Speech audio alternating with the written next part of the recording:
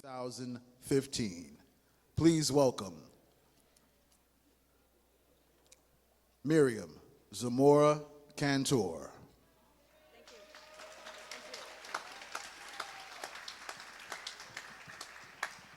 you. Good morning. It's my pleasure and my honor to welcome you all to the new school year. I would like to start by acknowledging that even since our last gathering, some in our community have experienced some life changes, including painful losses, new beginnings. And it is my hope that we as a community will stand strong and supportive for each other as we do for our students. We have an exciting day planned with our new chancellor,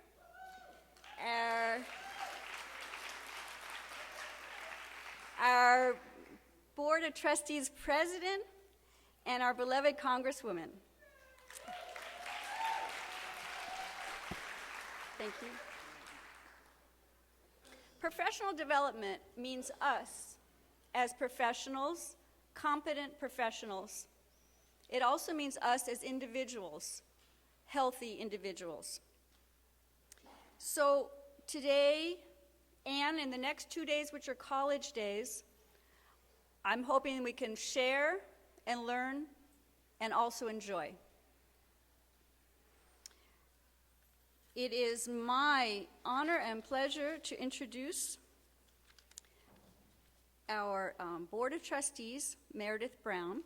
She was elected to the Board of Trustees in 2012, and she has an extensive background in community service, including as literacy volunteer for the Superstars Literacy Program at Hoover Elementary School, and she served as a delegate for the 2008 Democratic Convention.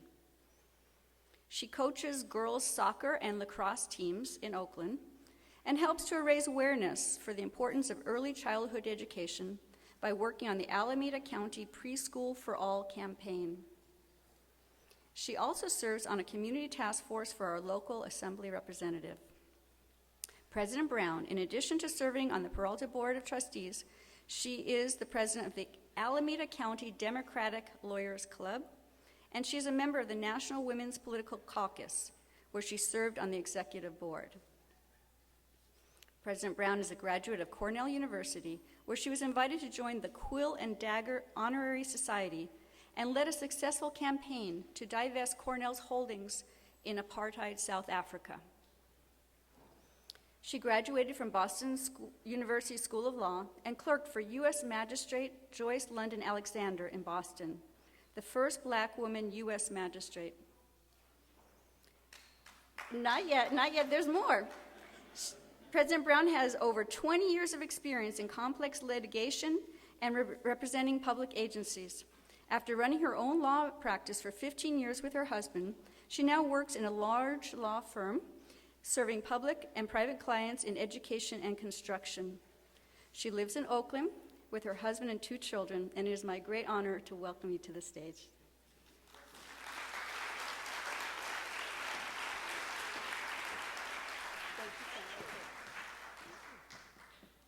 Good morning.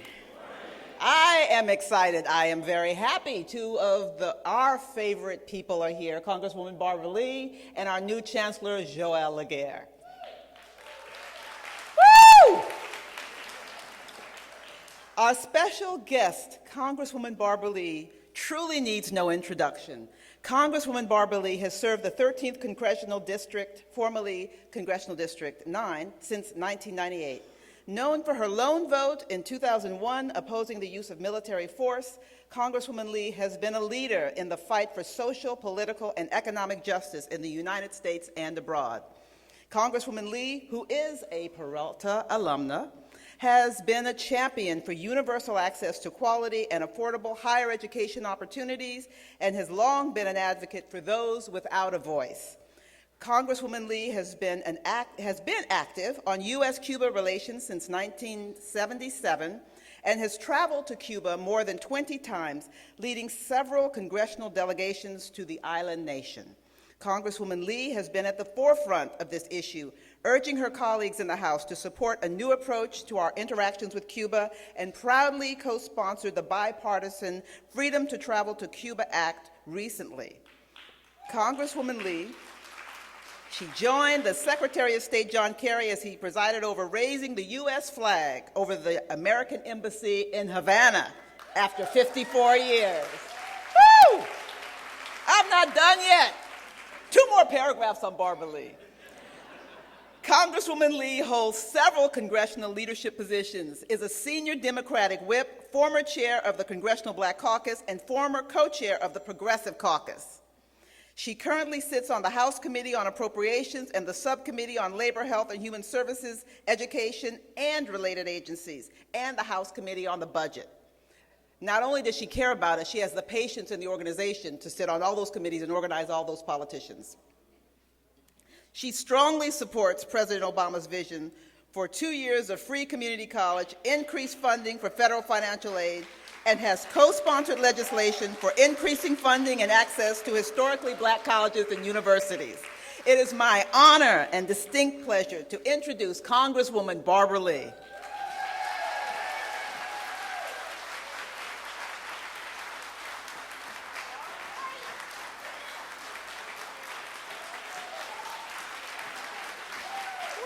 Goodness.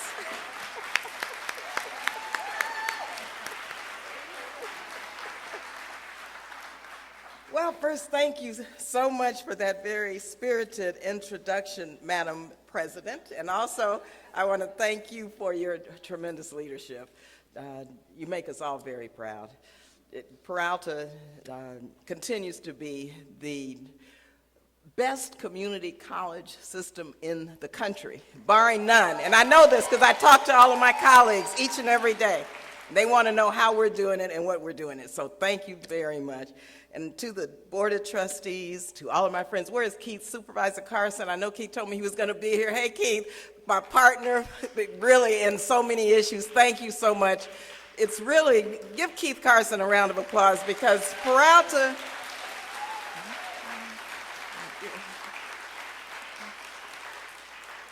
this district is such an enlightened and progressive district, and Supervisor Carson, the Board of Trustees, our great Chancellor Laguerre, and all of our students, faculty, members, staff, really do make this community college system what it is. And again, it's an educational system, an educational college system of excellence. And once again, it couldn't happen if it weren't for the fact that all of you continue to do this each and every day, not just because it's a job, but because it's your mission. And so I just have to thank you again for that. And again, I want to congratulate our Chancellor. It's going to be wonderful. You're going to enjoy this job so much. You're going to take it to the next level. And it's really a privilege to really have you here in the 13th Congressional District serving as our Chancellor. For over 50 years, the Peralta Community College District has been such an important community partner. Not all students want to go to a four-year institution. Not all students can afford to go to a four-year institution. But all students and all community members deserve a high-quality education, regardless of their income, regardless of where they live. And so the Peralta Community College, because of you, does just that. You all provide countless opportunities, and I mean countless opportunities, for thousands of students to continue their education in an affordable and flexible environment. And that's so important in today's world, that this flex time and having a flexible environment really continues, because it really promotes continuing educational opportunities for all and really gives you that kind of flexibility to do your job the way you want to do your job. And that's doing it in a way that is excellent and promotes excellence with students and staff. Also, the community of colleges, I really have to applaud that concept, because it promotes access, equity, and success. That's especially true for low-income communities and communities of color, which often face significant barriers in accessing higher education. And I know that this commitment to equity in education is the reason why many of you chose this field. You understand that Peralta and our nation succeed when all of our students succeed. And I'm always so proud to mention to my colleagues on the Appropriations Committee, to the tech industry, some of you know I'm trying to help the tech industry become more inclusive and more diverse. Well, I always remind them that I think it's the only PBI, predominantly black institution, west of the Mississippi, because we don't have, unfortunately, historically black colleges and universities, but we have a PBI, and that's Merritt College. And I wanted you to know that Merritt College and PBIs are on the radar, finally, of the tech industry and of the federal government. And so I just have to applaud you for continuing to make me proud with your PBI initiative. And President Webb, I want to congratulate you and thank you for such a phenomenal institution where we are today. Laney has really done such a phenomenal job. I know many of your students are my constituents, so thank you. You continue to invest in Peralta's many successful programs and services, and this district will continue to provide, and I always say, pathways for students to really be qualified for the jobs of today and tomorrow, while opening the doors for actually them and their families to move on to live the American dream. If it weren't for you, it would be very difficult. We know the cost of living here in the Bay Area. We know the challenges that many of us face, but it would be even more challenging for many, many people were it not for Peralta and the community colleges. And I said earlier, so many educational institutions provide job training, workforce training, and education for jobs that don't even exist. Well, Peralta, thank goodness, always makes sure that the education that students are receiving here are qualified and ready for the jobs that do exist. And you need to congratulate yourself for that. Yeah. By educating and training our students with the skills needed for the 21st century global workforce, Peralta's colleges, really, you've been an invaluable resource to our community. And yes, I went through a certificated program. I don't know if many of you remember, well, I hope you do, Council Member Vice Mayor Odell. She passed, you remember Odell? At, I think, 104 years old, good friend, mentor of Keith Carson and myself.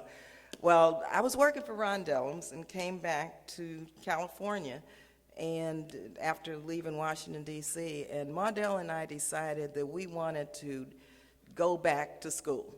And so we went to, then it was Vista College, and we went through two programs. One was a certificate in international business, and the other was in travel and tourism. And I tell you, the education, we went at night, 2 or 3 nights a week, and consistently, Odell and myself were there with the students. And I am so proud of those certificates because it really gave me a handle on the practical nature of international business. And I ended up starting a business, and I don't have a business background, but that course in international business helped me and my company really do some great things. And so, yes, I'm very proud to have been an alumna in many ways after going through the 2 certificated programs. My sister actually is a graduate of Merritt College. And I just have to say, you know, and I'm reminiscing right now, how she has multiple sclerosis, and how Merritt College and the Peralta system really addresses students with disabilities and special needs, and for that I am deeply grateful. Deeply grateful. So make no mistake, the future of our economy relies on the success of districts like Peralta.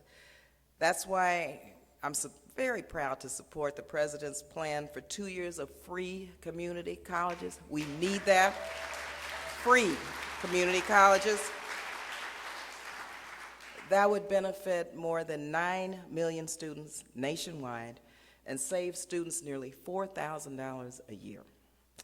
Know that as a member of the Appropriations Subcommittee, which oversees and funds federal education, the funding for this is a priority for me, and so I'm fighting to make the President's plan a reality. And you know the obstacles we're dealing with, but let me tell you, we're fighting to make it real, and you deserve that.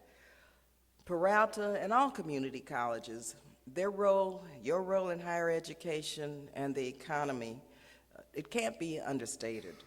So I really have to applaud all of you for your terrific work, which so often goes unsung. It'll take all of us working in concert to create the culture and the environment in which Peralta continues to succeed in preparing students and our community for the 21st century global economy. So I couldn't do my work, I couldn't continue to fight in Washington without your support.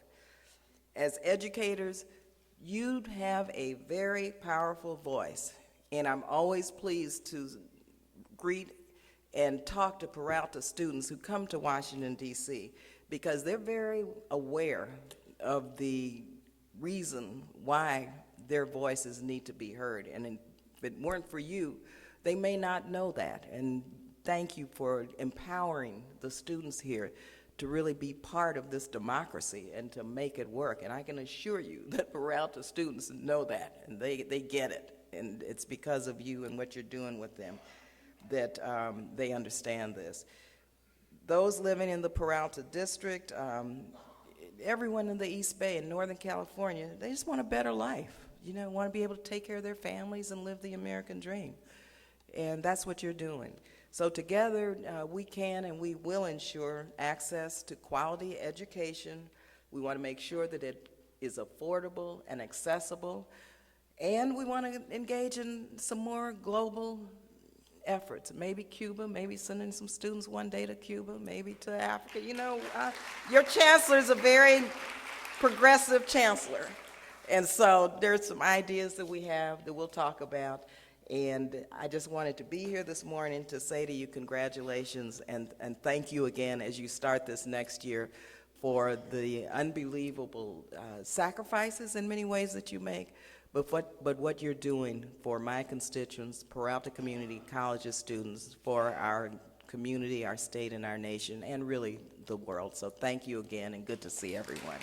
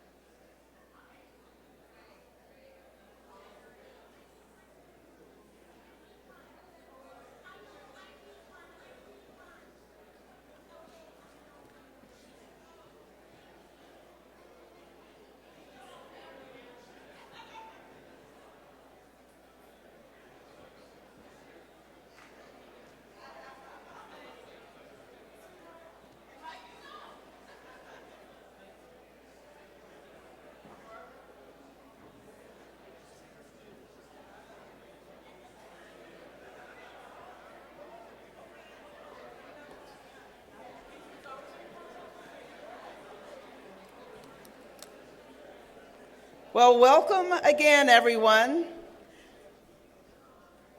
My pleasure and honor today is to introduce our Chancellor.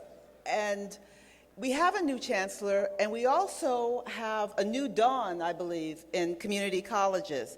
This morning marks the beginning of part of our journey towards our educational goals that brings us together in our hope, anticipation, and determination to make our ambitions real. Today, we're joined by those of us in the room, and of course, we're also joined by the goals and ambitions of the state of California, the more than 2.1 million students on 113 campuses. There's a lot of energy and excitement because it's finally a time when the importance of education and community college education is being felt throughout the state of California. And the importance of our faculty and staff and administrators and students is being reflected to some degree in the amount of resources that are being dedicated towards moving us forward. This spark of awareness that we are entering is a renaissance in college education that can allow us to be more responsive and reflective of our diversity and our dynamic community of innovators, scientists, poets, writers, and technicians who are working today to lead us to the skills that we'll need for tomorrow. If you just look at the news, you'll see that today a politician has to address issues of social justice even to be considered a viable candidate for political office. Today, colleges are rated on how well they serve their students and how well the colleges retain and graduate students. And we're understanding that poverty is an element in our society that has to be eradicated and that our educational systems can help equalize and erase that impact. Today, we're more responsive, or at least looking to be more responsive to the people that we serve. Even reflected in our budget by the State Chancellor's Office with community and the governor giving $7.3 billion, which is an increase of 8% over what we had last year, increased funding for access, for student success, and also increased funding for equity and hiring of diverse faculty so that we could reflect the demographic of our student population.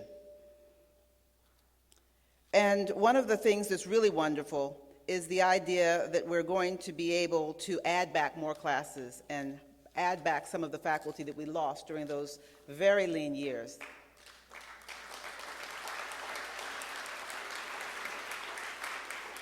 So introducing our Chancellor, Joël Laguerre, a man that has a mind that is open to the future and that understands the collective responsibility that all of us have, and that's a motivator and a leader. I'd like to welcome you to our renaissance, our future. Dr. Laguerre is a native of Haiti. He served as superintendent president of the Solano Community College District from 2009 to 2015.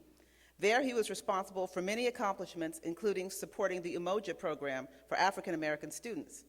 He led a bond campaign to raise $348 million for new construction, facilities renovation, technology upgrades, and a new military veterans center.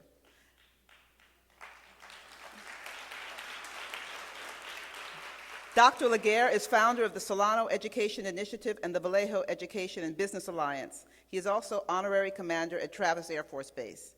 And where's Joy Lynn Blake? We're also going to be opening our own Veterans Center at College of Alameda shortly. Dr. Laguerre holds a PhD in educational leadership for college and university administration, a Master's of Science in Education and School Administration, and a Master's of Arts in French Literature from the University of Kansas. He also earned a certificate in mathematics and physics education from l'Université d'État de Haiti, École Normale. See, you got to help me with this.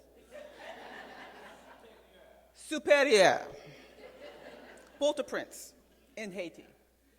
He was the 1988 U.S. Department of Education Krista McAuliffe Fellow for Kansas and was selected and recognized as Educator of the Year by the Montgomery County African American Chamber of Commerce. Previously, Dr. Laguerre was Vice President for Academic Affairs at Truckee Meadows Community College in Reno, Nevada, and was Executive Vice President for Academic and Student Services at Montgomery College in Maryland. He has also held academic and student services positions at Lake Superior College in Minnesota. Since 1978, he has taught English as a second language, French, Haitian Creole, physics, and mathematics. And he has published a book in Haitian English Dictionary and also a McGraw-Hill phrase book. So I am going to introduce Chancellor Laguerre, but first I have to acknowledge our elected officials in the room. There is our trustees, Trustee Jolina Bonilla, Trustee Nikki Gonzalez-Yuen, Trustee Linda Handy. There is also Keith Carson is in the house. Wilma Chan, do we have Supervisor Chan? Okay. We also have some staff from Tony Thurman's office, Rob Bonta's office. Do we have the Alameda Mayor, Trish Herrera Spencer? And James Harris from the Oakland Unified School District? There's somebody is still here. All right, well, I would like to introduce with great pleasure and great respect our Chancellor, Joël Laguerre.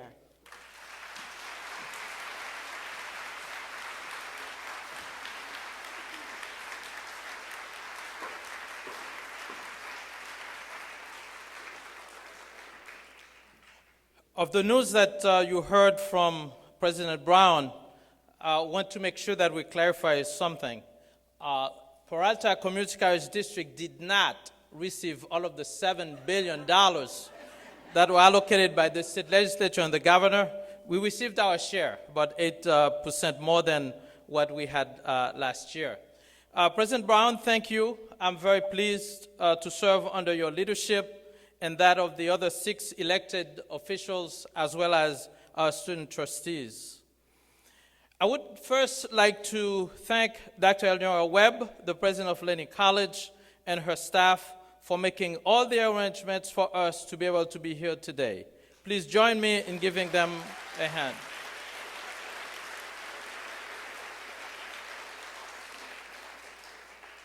Also, I would like to recognize Miriam because this is her first time hosting FlexCal event, and she had to do it with a new chancellor.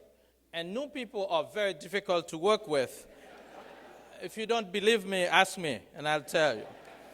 I want to thank her for her flexibility as we worked through the different challenges and demands for adjustments. She made all of it sound really, really easy. And let us give her a hand, please.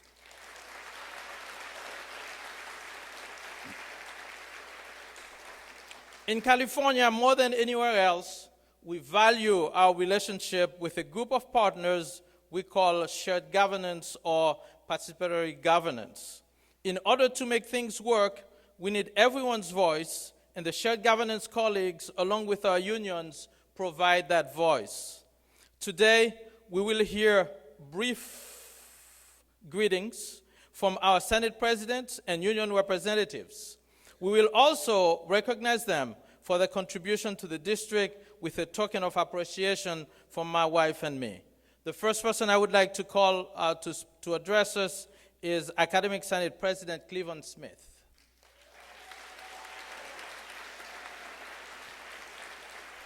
Cleveland Smith grew up in Mississippi and is a graduate of the U.S. Naval Academy and served 5 years as logistics officer and defense contract administrator in the Navy. After the inspiration he received taking an enrichment course at Foothill College, he left his corporate job and he returned to school, receiving his MFA in creative writing and literature from Mills College.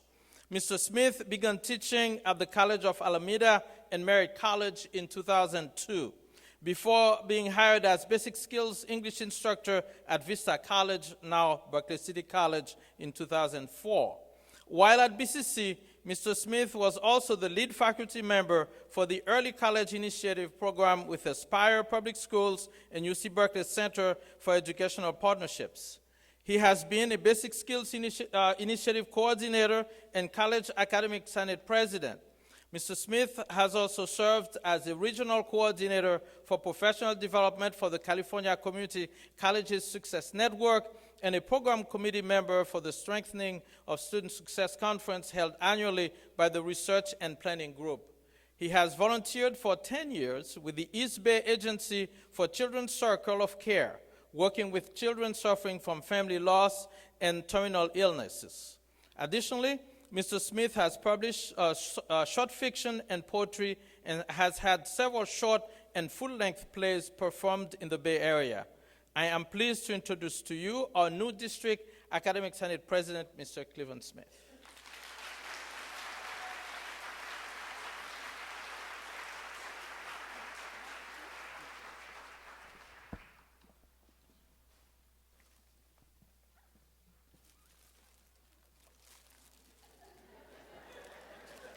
Before the semester begins, my hands are full.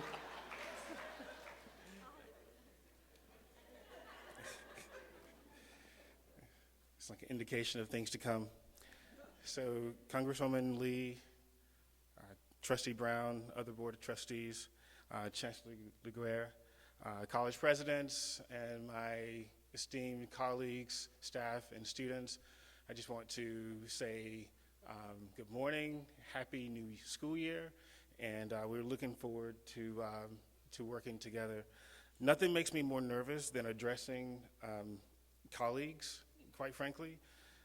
When I am sitting among you, I feel incredibly big. I feel incredibly empowered. I feel that I'm a part of something extremely inspiring.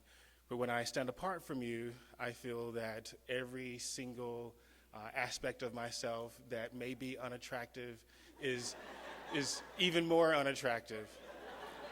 And I share this mostly to express to you the lesson I get from that, the lesson I learned from that is the lesson that I hope to carry with me through our work with the college academic senates and with our district academic senate, which is together we are inspired, together we are engaged, together we are extremely intelligent and motivated, yet apart we are somewhat small, and apart we are vulnerable, apart we may be a lot less of ourselves that we may want to be.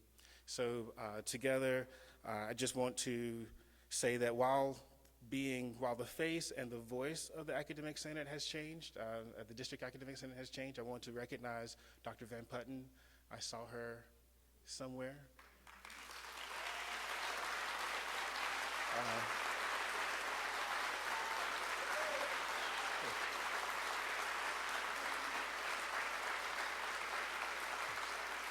I think the expression of gratitude and thanks for her from so many people in this room really expresses how valuable she was as a member of our team, the model that she has laid for me as a faculty member, but also as a Peralta teammate. And so while the face of the Academic Senate, District Academic Senate has changed, the voice and the charge has not. Our membership is the same. Our dedication to the 10+1 is the same. And we will live up to the responsibility of the 10+1, and we will also do our best to make sure that the initiatives and the issues of the day, while they may pass, the passions of our lives that remain with us forever are integrated with those issues and initiatives. So the last thing I want to do, and I did recognize that Chancellor Laguerre really hesitated when he said brief. So the last thing I wanted to recognize was our HR, Human Resources, Vice Chancellor Largent and her team. Over the spring and summer, we had 1,568 applicants for 49 positions in this district that were dealt with diligently and incredibly by the HR staff. And we are so incredibly grateful for that work because now we have 49 new, awesome, amazing colleagues who are going to help carry the load for us this year. And so I want to welcome our new, and also thank we convened 41 tenure committees, many of which met over the summer, and that was absolutely amazing work to give up their summers to make sure that we hired those faculty members for this work. So thank you to my colleagues for doing that. Thank you for the administrative teams who helped, facilitate that. And with that, I just wanted to say again, welcome back to a new academic year, and we really look forward to working with you all.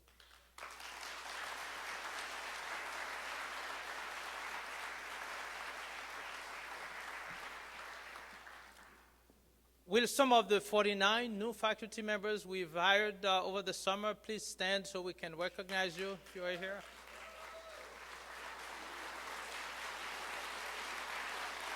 Okay, way up.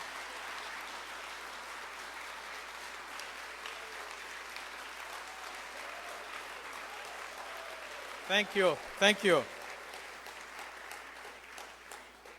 This is really awesome. And I remember reading some of the reports for the searches. There were some of the searches that had 96 applications. It's the highest that I saw. It means that the committee members did a tremendous job. So again, on behalf of all of us, thank you for the great job that you did to bring us these faculty members that we desperately needed. So thank you. This time I would like to call Peralta Federation of Teachers President, Mr. Ed Jaramillo. Ed has taught automotive technology at the College of Alameda since 1989. Additionally, he has served on the College of Alameda Senate since 1999, and during his tenure on the Senate, Mr. Jaramillo served as treasurer and vice president. He has been a member of the PFT Executive Council since 2000 and served as PFT Continuing Technical Education Rep for several years. Mr. Jaramillo also served as the College of Alameda Campus co-chair. He holds an AA degree in automotive technology from Chabot College and a BA in General Studies from Indiana University School of Continuing Education. Previously, Mr. Jaramillo was the coordinator for the Toyota Technical Education Program known as T10, which was a partnership between the Toyota Corporation and the College of Alameda. I'm pleased to introduce to you the new president of PFT, Professor Ed Jaramillo.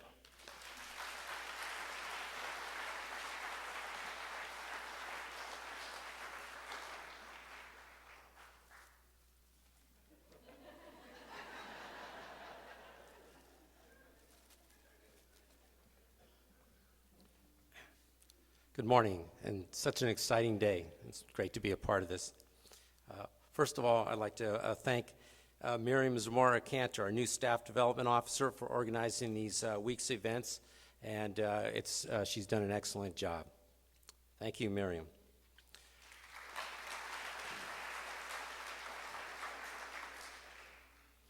Catch my breath. I'm Ed Jaramillo, president of the Peralta Federation of Teachers, AFT Local 1603. We're the union that represents 1,000 full and part-time teachers, counselors, librarians, and nurses at BCC, COA, Laney, and Merritt. I'm truly honored and humbled that the faculty have entrusted me with the union presidency, and I'm eager to work hard and do my best on the faculty's behalf in the years ahead, and thank you for your support. On behalf of the union, I'd like to welcome everyone back to school, including our new Chancellor, Joël Laguerre. Thank you. I had the pleasure of serving on the hiring committee that recommended Dr. Laguerre to the Board of Trustees, and I'm excited about the opportunity to work with him. Welcome, Chancellor. Also, I'd like to acknowledge the trustees, Handy, Bonilla, Gonzalez, Dr. Brown, and thank you. Also, I'd like to acknowledge DAS President Cleavon Smith. I'm looking forward as PFT President to working with DS President Smith in supporting our faculty in our mission to better serve students. I don't know, Matt Goldstein is here. So personally, on behalf of PFT, I would like to acknowledge the efforts and dedications and contributions of Matt Goldstein in leading the PFT the last 4 years. He has guided our union through some very difficult times, and we all owe him a deep debt of gratitude. Thank you very much.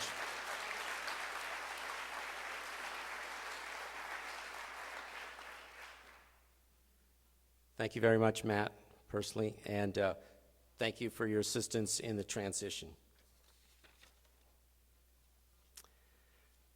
We head into the year facing an interesting combination of recent successes, ongoing challenges, and new threats. Last spring, PFT concluded a deal with the district that secured a 3% overall raise worth 3% for 2014-15 and added another 3% overall for 2015-16. The agreement increased pro rata for part-timers, continuing PFT's trend of improving equity in part-time salaries, and left benefits untouched. The raises marked the biggest bump in faculty salary in a decade.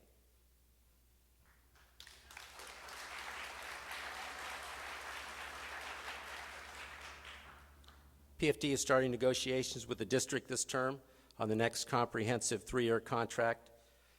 Negotiations never really end, and we'll be providing regular updates as talks progress. And continuing with that, I'd like to take time now to thank the members of the negotiating team. First off, Chief Negotiator Rick Greenspan, I know he's here, Matt Goldstein, Jennifer Shanowski, Cynthia Mahabir, of course, Miriam Zamora Cantor, thank you, Janelle Hampton, Matt Freeman, Taysoon Park, and I apologize if I inadvertently left others off the list that also played a role. In another happy development, PFT has brought on 3 new faculty organizers for the upcoming semester. Matt Freeman, Craig Flannery, and Janelle Hampton will lead efforts to sign up more members and get our membership more active. With the case before the Supreme Court this fall, workers' ability to organize will likely be affected, and it's more important than ever that working folks work together to make sure fundamental workplace rights and workers' protections aren't taken away. Among other major challenges we faced are sanctions imposed on the colleges this summer by the Accrediting Commission for Community and Junior Colleges. After spending countless people hours and millions of dollars to get itself out of accreditation trouble a couple of years ago, Peralta is back on the brink, with all 4 colleges sanctioned after last spring's ACC-JC visits.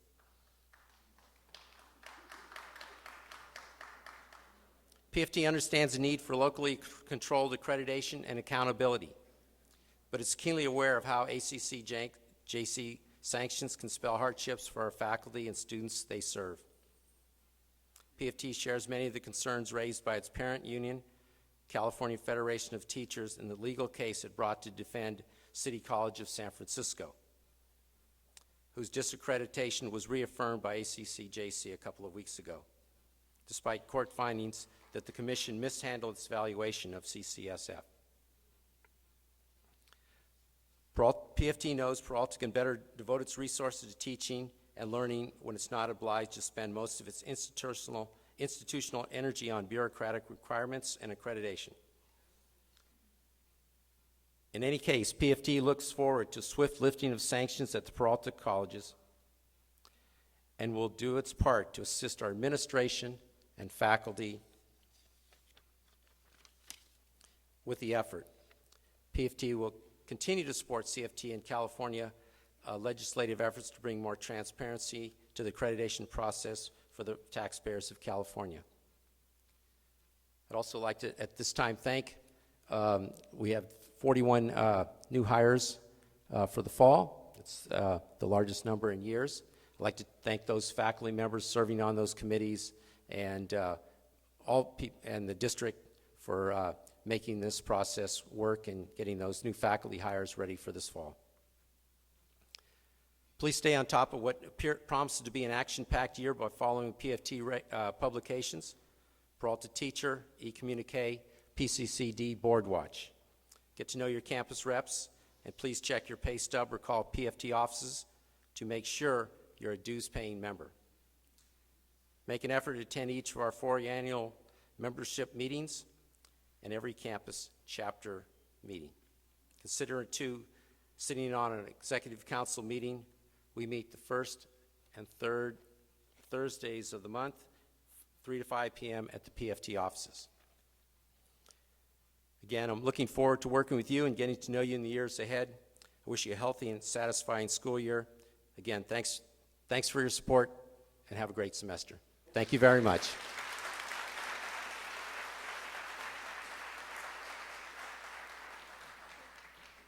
I just want to clarify that the applause that you heard was for the amount of money that we spent and the effort that we made.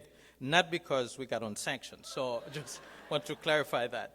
Also, I want to, as a former union organizer myself, I want to echo what Ed said to us, to the faculty, in that getting involved is one great way to really develop leadership skills, professional skills, and to really understand what's going on so that you can serve better. So I hope that faculty, especially new faculty, will take the opportunity to be involved in the several committees that the union has. At this time, I would like to call Classified Senate President, Mr. James Blake.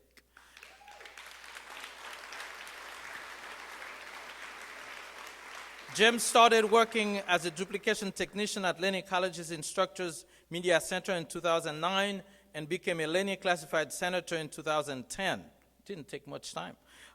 He was selected as Vice President of Laney Classified Senate in 2011 and President in 2012.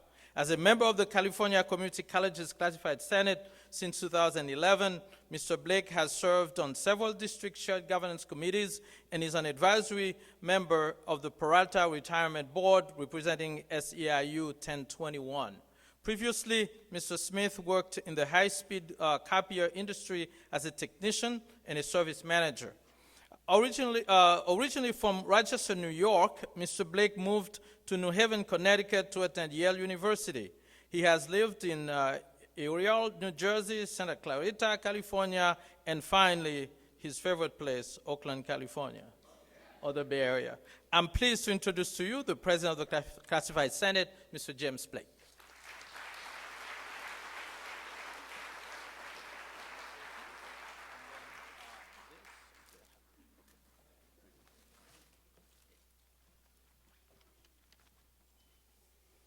Good morning, Peralta.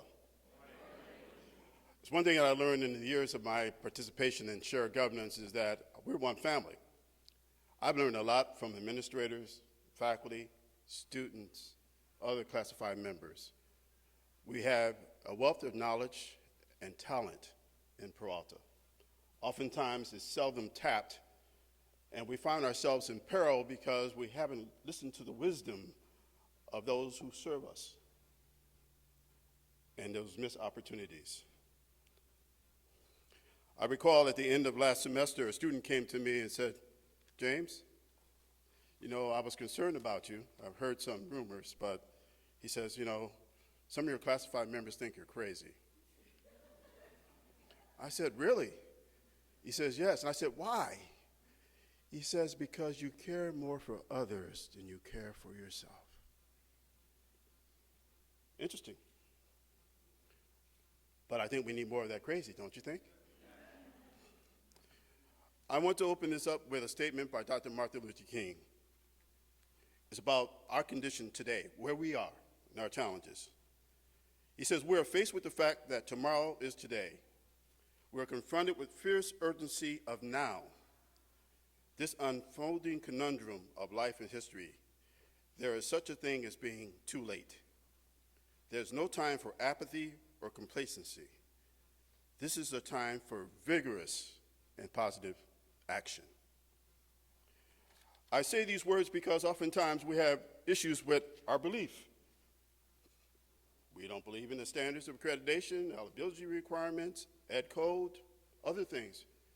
I say this with confidence because I see how we behave. It is as though they don't exist. That is dangerous. We cannot serve our students without structure, without an expectation of delivering something that's going to help them change this world. We have many challenges today, but we have failed in reaching the social justice apex because we have allowed our educational system to be affected in a way that has not built up leaders, thinkers, doers. I shared with you before in the past something from an article called Thinking Outside the Box by Carl Woods. Just going to read a paragraph from it. He states this about a belief. If any part of what you believe is a lie, then when you are not acting from a place of truth, without acting in a way that's completely truthful, you will find that everything you do is a lie. Therefore, any attempt that you make towards resolving any problem would be in vain.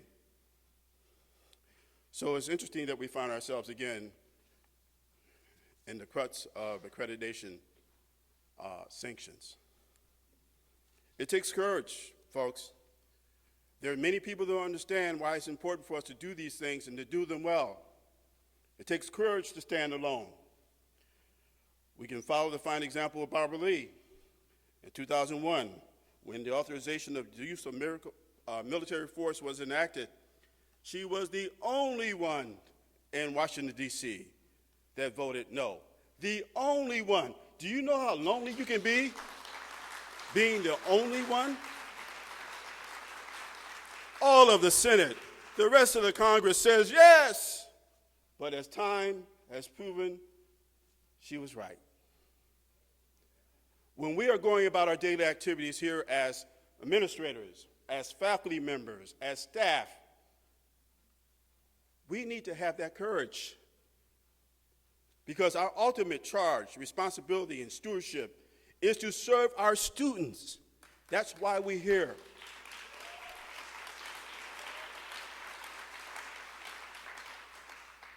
You'll be amazed at some of the consequences of my experience, having made that choice to serve students. You know, people don't like me. Some of them don't even talk to me. But you know what? I really don't care.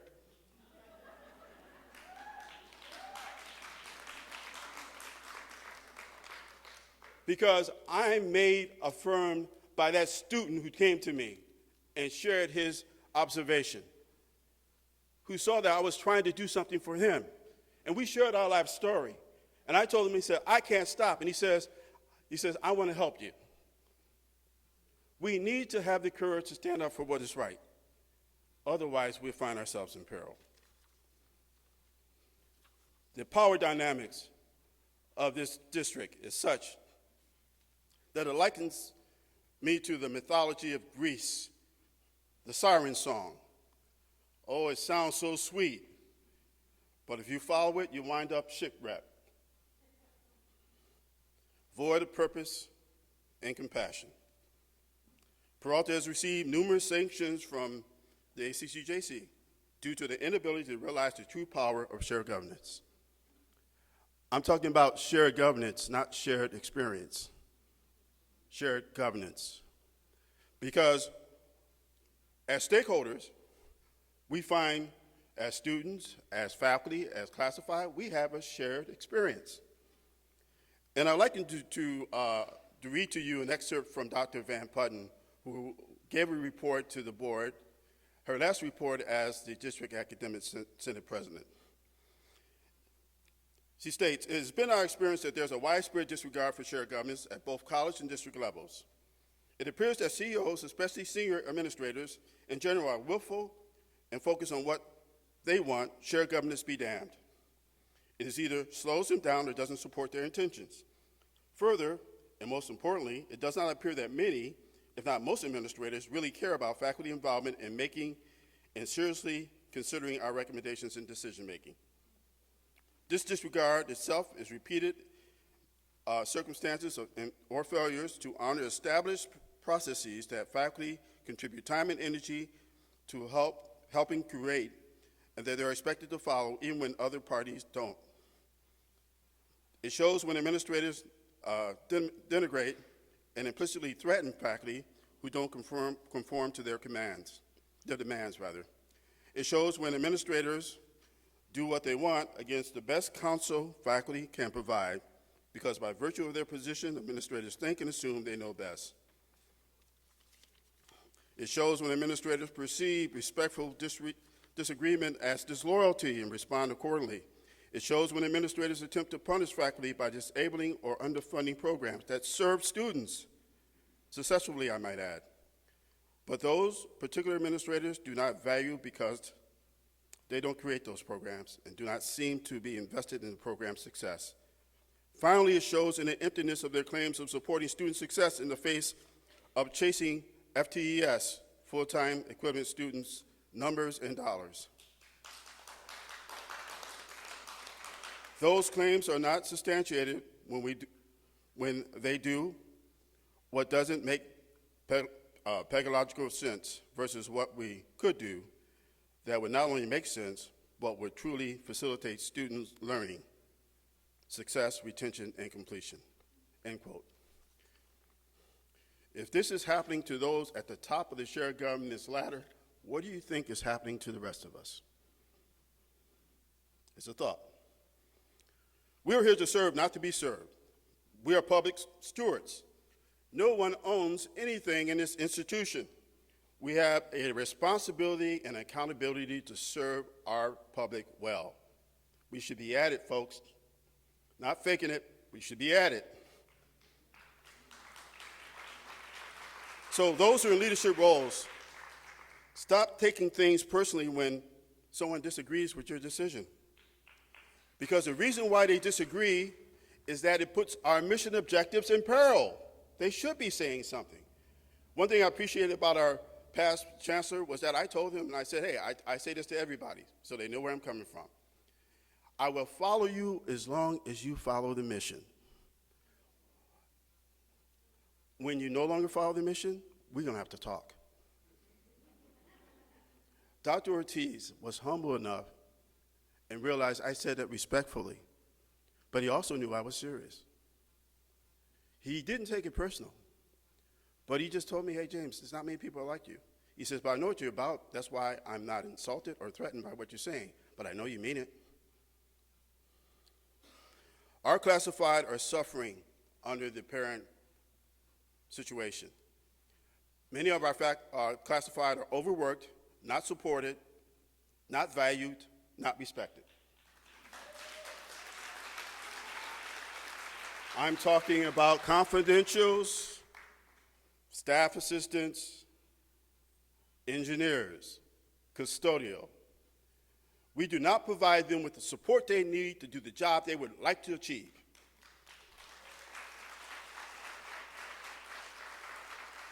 We need to be at it, folks. It's one thing that Linda Sanford came when she visited our classified senate to share with us what's coming in terms of our district strategic plan. She said very clearly, things are changing fast. We are moving slow. That's a problem. So as I sit here before you, I do so hoping that you have the courage to stand up for what's right and do what's right. Always, every decision that we make, test whether or not it works well for the student, because if it doesn't, it's not the right decision, period. So let us be honest with ourselves. Sure, we have glimpses of brilliance, but we have a lot of work to do. Let's be about the work. Let's support our students in every endeavor. Let us change our society by putting the value and the importance in our energy and the quality of education that we deliver to our people. And I hope that we can accomplish this. I'm thankful for Dr. Laguerre's leadership. We talked very candidly about some of these points, and I look forward to working with him in the future with my fellow colleague classified leaders and my faculty leaders and my student leaders. I say mine because I own you. You're not getting away from me.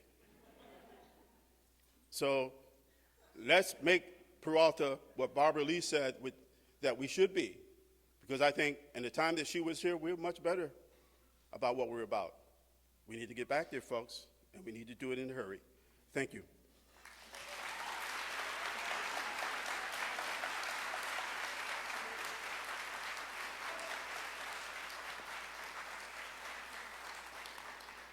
So that was the conversation that he also had with me in my office. And I knew that I had a partner because I think hearing the truth is really what makes things happen. It's not hearing what people want you to hear, but rather the reality of where things are. The last person I'm going to introduce to you is Mr. Rick Putz business representative from Local 39. Are you here? Rick? Oh, okay, here we go. Mr. Putz is the business representative for Local 39. You can come up. He oversees contract negotiations and resolution of contract disputes. His history with Local 39 started about 5 years ago, and Peralta and 12 other employers in the public sector are his assignment. Prior to joining Local 39, he spent 24 years with the International Alliance of Theatrical Stage Employee Union in San Francisco, the last 10 years there as the president of Local 16. He said, and I quote, "As a side note, as a Canadian, I was fortunate to be recruited by Stanford University to complete graduate program in sculpture. To this day, the making of sculpture is one of my passions. Since arriving here in 1979, I have become a U.S. citizen and have a long-time marriage to my wonderful Brooklyn wife, Myra." Please welcome Mr. Richard Putz.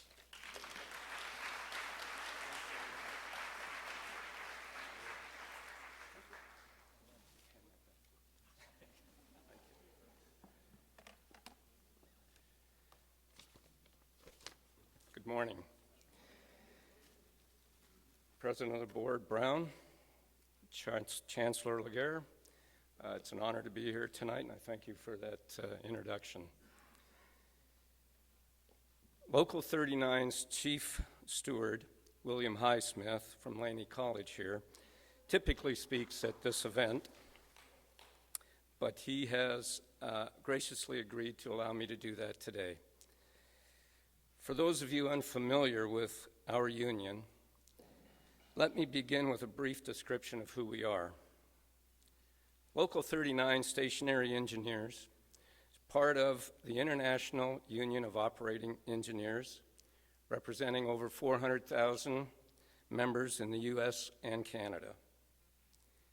The operating engineers are the people who operate heavy equipment and are an integral part in most large construction projects, from pipelines, roads, water treatment plants, and of course, buildings.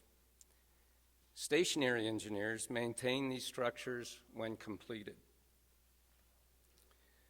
Under the direction of our business manager, Jerry Kalmar, Local 39 has grown from 12,000 to about 20,000 members in both the private and public sectors in Northern California and Northern Nevada. We have 7 district offices and an average of 30 business representatives. Our union also has a training trust fund with several training centers throughout the state, with our flagship being the 18,000 square foot facility in San Francisco. Our 4-year apprenticeship program is second to none, and Peralta Community College District is a contributing employer to this fund. They have, over the years, used many of our outstanding classes offered to our members. We thank you for your participation in this fund. Here at Peralta, we have a diverse group of about 100 full-time and temporary members, covering custodians, cashiers, ground workers, and of course, building engineers. It is our job to maintain the structures at the district and all 4 campuses. Local 39 has 6 stewards who are official representatives of our union in my absence. These are members who have taken on the responsibility of being liaisons between our members and district management. They are also of great value to the union as bargaining committee members during negotiations. They bring with them practical and historical knowledge of their daily jobs and issues. Union would like to recognize these individuals for their dedication and hard work. They are, as I've mentioned before, William Highsmith, Chief Steward here at Laney College.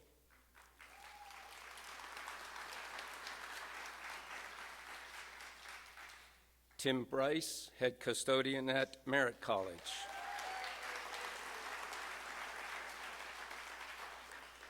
Javier Lopez, Storekeeper at Berkeley College. Selwyn Montgomery, storekeeper at Alameda College. Carlos Romero, who represents ground workers and warehouse members. And a new steward representing the district engineers, Ralph Smeester.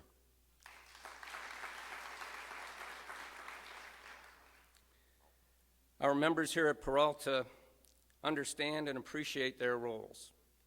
They take pride in serving and in maintaining the appearance and efficiency of all their facilities.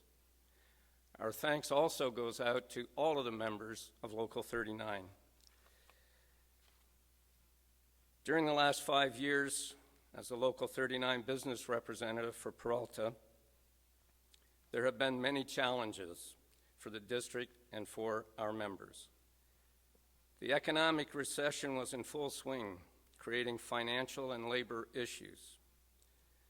Through hard work and the development of mutual respect, Local 39 believes we are in a much better place today. So in closing, I want to thank you very much for the opportunity to speak today, and I look forward to working with Chancellor Laguerre and the staff in the future. Thank you very much.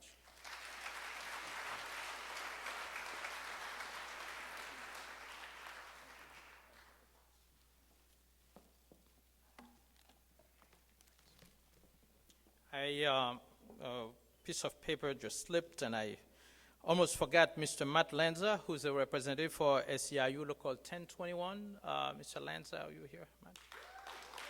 Yeah. Mr. Lanza is the field rep for SEIU Local 1021 and has been that for 4 years. Before that, he worked as a law clerk in a corporate legal department.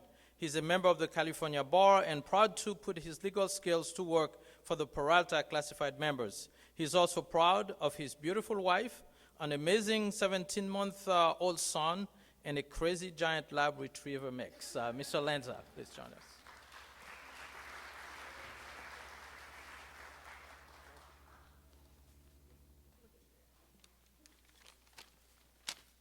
Only have two hands, I guess.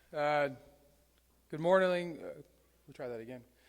Good morning, Board President Brown, Trustees Handy, Gonzalez-Yuen, and Bonilla, Chancellor Laguerre, college presidents, all of my wonderful members, and the rest of the Peralta community. It's my privilege to be here speaking to you on behalf of Chapter President Abby Brewer and your SEIU 10-1 chapter leadership. SEIU, or Service Employees International Union, is a union representing over 1 million public and private sector workers in America, Canada, and parts of the Caribbean and Central America. SEIU is the largest public sector union in the country, and as such takes this charge very heavily in terms of its representation and negotiation on behalf of its members. As Chancellor Laguerre so eloquently put, my name is Matt Lanza. I'm the field rep for SEIU 10-1. I represent over 400 permanent and hourly classified employees at Peralta. These are your instructional assistants, your staff assistants, your science technicians, your information technology employees, your accounting department, and everybody who I can't possibly remember at this time. I want to take the time to acknowledge our brilliant and wonderful members like Molly Seelan from Merritt College, who's our steward up there. The venerable James Blake here at Laney for always being the helping hand that I need. And the rest of our stewards and leaders, some of whom may be here and I didn't run into yet, so my apologies for leaving you out. I want to welcome everybody back for another exciting year at Peralta, one that we all hope sees the colleges and district take significant steps forward in the service of students and dealing with that nasty accreditation issue. I'm happy to announce that very soon we will be commencing negotiations on a new successor 3-year agreement dealing with predominantly language with a strong emphasis, and I want to emphasize this for everybody as if the word emphasis wasn't enough, on improving the working conditions and opportunities for our hourly employees here at Peralta.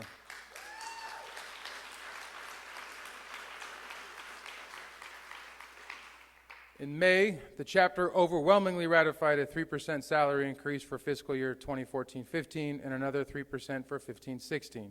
The settlement was a welcome sight for our members who have seen their purchasing power steadily diminish over the past decade. The investment the district made in the classified staff's well-being is appreciated, and we are hoping we can build on that as we turn our attention to the restoring of permanent staff positions. During the Great Recession, the district and colleges used hourly employees to plug gaps in services, and these employees were and are being retained on short-term contracts without any meaningful opportunity to advance to a permanent position. There's no benefits and no job security. While defensible from a budget and economic perspective, it's a shame and left many members wondering whether the district is investing in them or using them. California has turned a corner economically, and we are seeing public education funding restored across the state. While the specter of the expiration of Prop 30 looms over the horizon, and as a union rep, I am more cognizant of that than most, there is reason for hope. And with that hope comes an obligation to restore permanent positions at all of the colleges.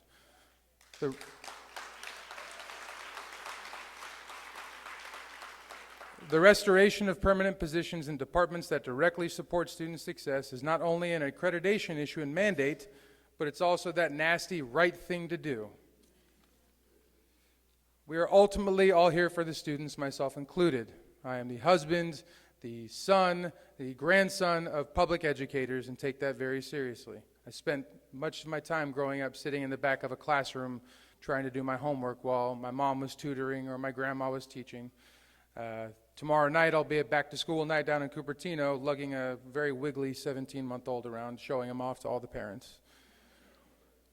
Not only are the students at Peralta the future of our communities, but they are also the central driver of funding from the state. Without students attending Peralta, we all lose.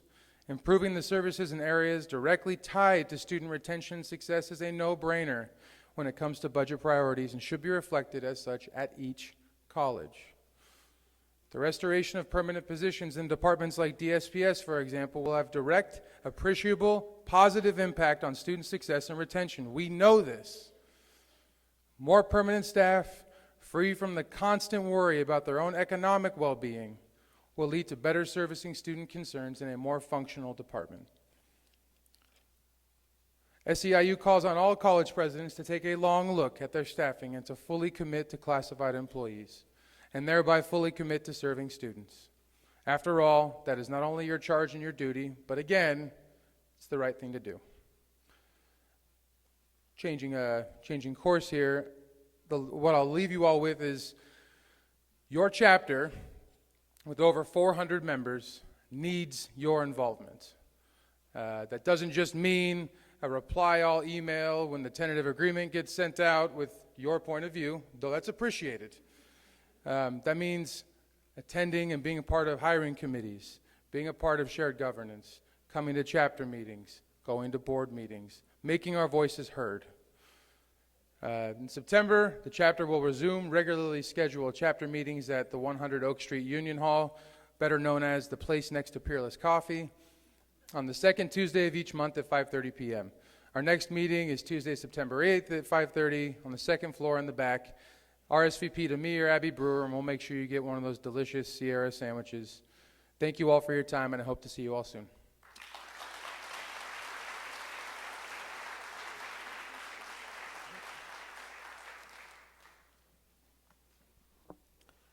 One of the bad habits that I have is to recognize individual performers at our institutions.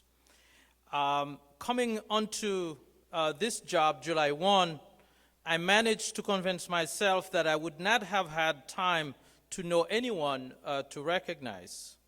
And that was a mistake because I either know or know of at least 25 people we could recognize.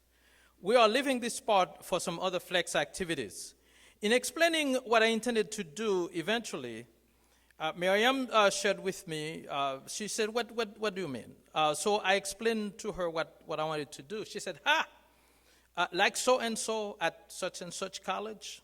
She proceeded to tell me about what our honoree is, and she'll be the first Chancellor Award winner today. Then I explained what I would like to do, and then I used that same name as an example to other people. And everybody knew exactly who I was talking about. They all perked up whenever that name would come up. Even though we are not going to recognize anyone yet, it was not possible for me to ignore the person who unselfishly would give up her rights to support other students' needs. Ladies and gentlemen, please help me honor as the first Chancellor Award recognition person, Ms. Catherine Dubois, DSP Specialist, Laney College, and District Support.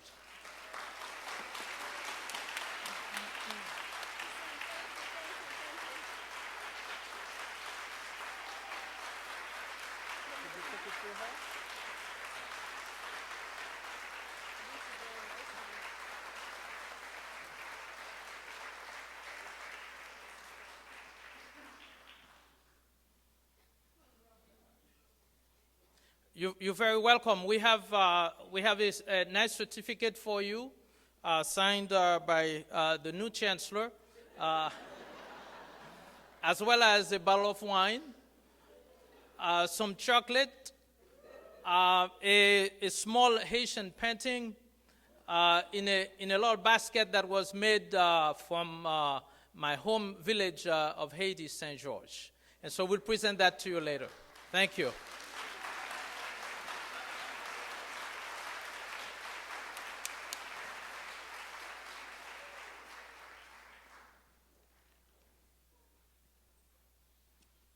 This is actually a very special moment for me to have this chance to recognize Catherine Dubois. She's our district-wide sign language interpreter coordinator. It is, yeah.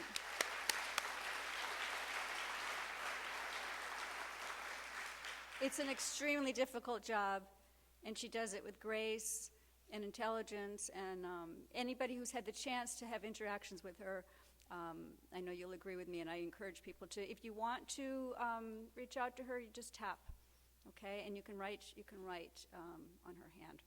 She's very intuitive too.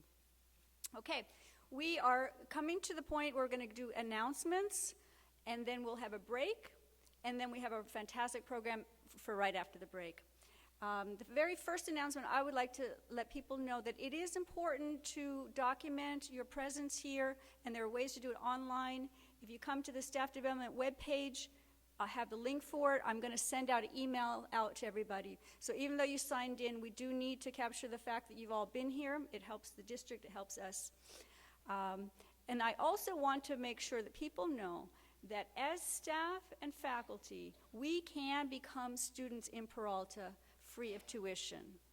So if there are any classes that you think you might be interested in, from kinesiology, to a language class, to a craft, there are classes around. You could become a student of your colleagues. It's a fabulous way to have a perspective from a student. And also, if you come to the Staff Development webpage, I have a link for that form. You get it filled out, signed by your dean or supervisor, and you still pay your college fees, but not your tuition, okay? So now I'd like to invite up our first announcement. And anybody else who has, the people who have decided to give announcements, if they would come up too. Thank you.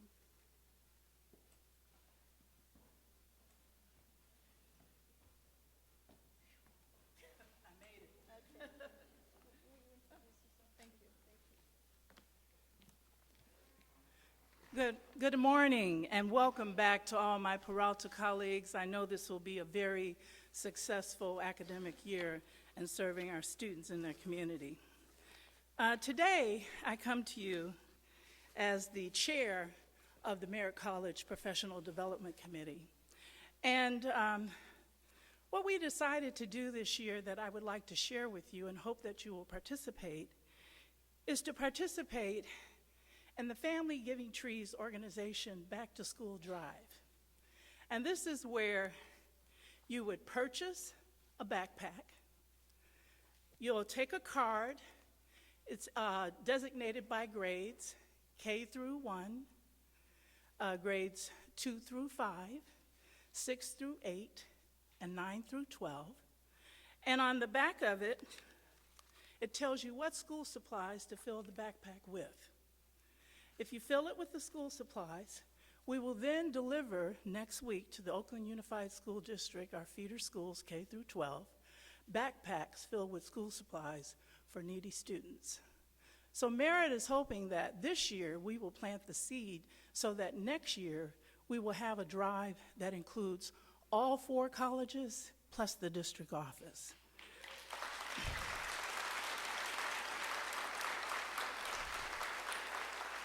So we have a table set outside when you come, right next to the PFT table. It says Merit College. We had a $500 donation from the cybersecurity, the Merit College cybersecurity program, external partners, to jumpstart so that we could purchase $500 worth of backpacks. So if you pick up a backpack, all you have to do is fill it with school supplies. Now, the one that I fill, the average cost is only $30. It's tax deductible, but it'll go a long ways. I know when I filled my backpack, when I delivered it, what I thought was, man, I'd love to see that second grader that's going to get that backpack and follow them all year. So we know that education is the path out of poverty. So today, we'll take cash donations, give you a receipt. Unfortunately, this time we are not accepting checks because we did not set up a Peralta account for this. But if you don't want to give us a cash donation, what you can do is take the backpack, we'll sign it out, take your information. I'm going to ask that if for all 4 of the colleges of the district, if you drop off your filled backpack at the president's office next Wednesday and Thursday, we will pick them up and deliver them. Oakland Unified Schools District's first day of school is next Monday, so we'll be right on time. Thank you so much.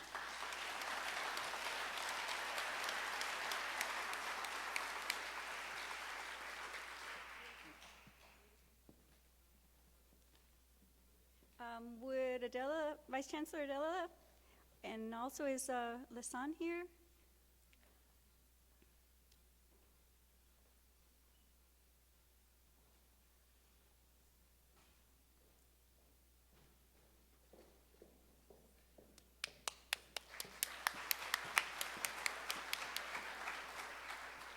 Good morning, everyone. Welcome to the Flex Day 2015 and the beginning of a new semester. I am looking forward to meeting the 41 new faculty members.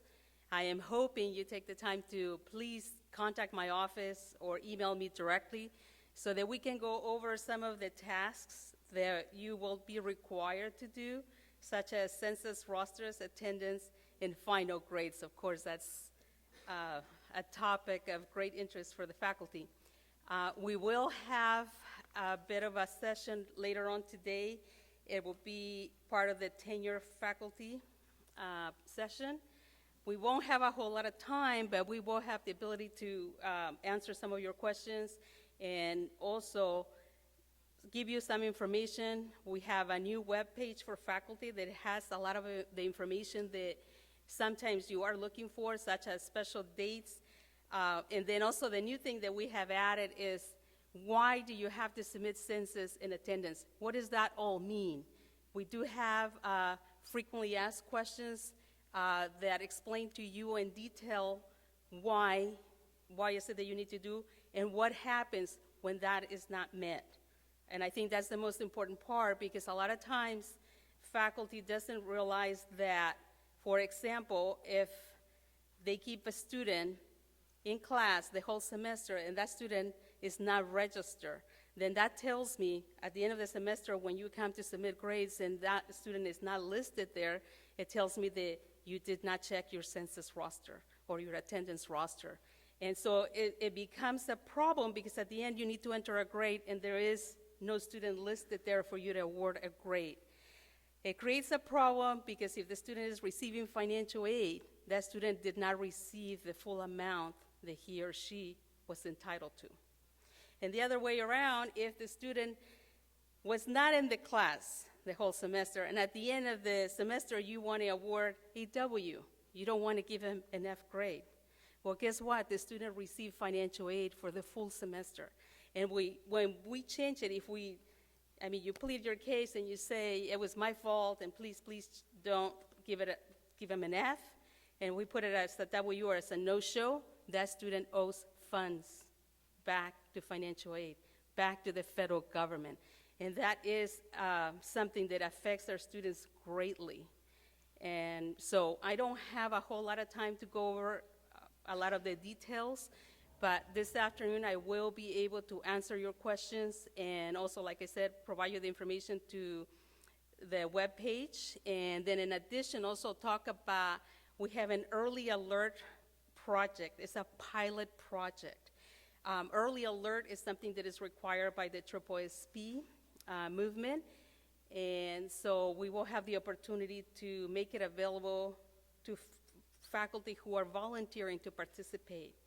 And so you have the ability, you will have the opportunity to participate in this pilot, evaluate the system, give us feedback as to what is it that you would like to see changed, or if there is anything that is not working as it should, then we need to know. And yes, I can test it in my office 1,000,000 times and have my staff test it, but we're not faculty members. We would never know the things that you experience in the classroom. And so that's where we need your participation and your support. So it's very simple. The system itself is very, very simple. You know, you would have handouts, and you'll have a contact person that you will be able to contact in case you have questions. And most importantly is we have to set the support system at the colleges, because when you press that button, that alert on that specific student, someone on the other end needs to be able to respond to that request. And so we have a lot of participating staff at the colleges and the various departments, and so we're looking forward to having a great trial period, and then we'll make it available to everyone in spring 16. So thank you very much, and I look forward to hearing from any and all of you.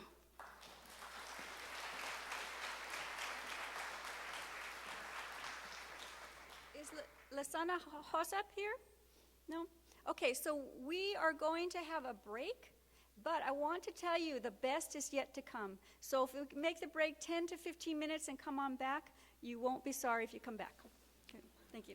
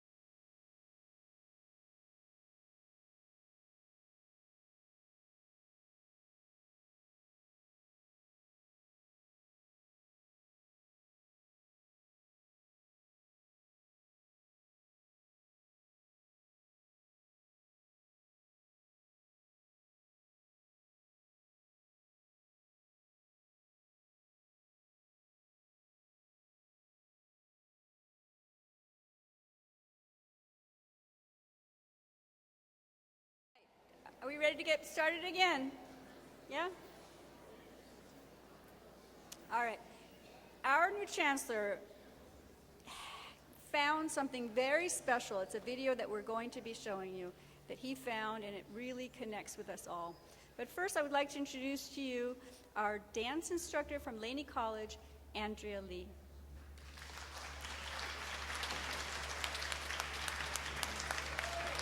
Thank you. District trustees, Chancellor Laguerre, Dr. Webb, college administrators, staff, students, welcome back. I hope you're excited. I am. Thank you for putting together this wonderful District Flex Day, Miriam and staff. I'm Andrea Lee. I'm the department chair of dance here at Laney, and I'm really excited for our students to be included in today's presentation. Just a little bit of bragging rights here. We have students who formed a company in 2012 called GK Lele Dance Theater. And so today we were charged with a task, and we were happy to accept this collaborative task by our new chancellor, Dr. Laguerre. Collaboration is the dance department's middle name, as you know. I just want to acknowledge a few people. My colleague, Ms. Jacqueline Burgess, who was very instrumental in helping us put this collaboration together today for you. And also to Tamsang Shaswayo, the artistic director of GK Lele Dance Theater. We co-founded the company together several years ago, and he's been really working hard in moving our students forward. As you know, some of you who attended the 37th annual San Francisco Ethnic Dance Festival, our students were featured, and we even had some very positive write-ups by a well-known dance critic, Mr. Alan Ulrich. And a few of those quotes are in your handout. So before we begin, make sure you have your handout. There's something that was prepared for you by the Department of Dance. You want to make sure that you have that so you can participate. Anyway, welcome back and enjoy.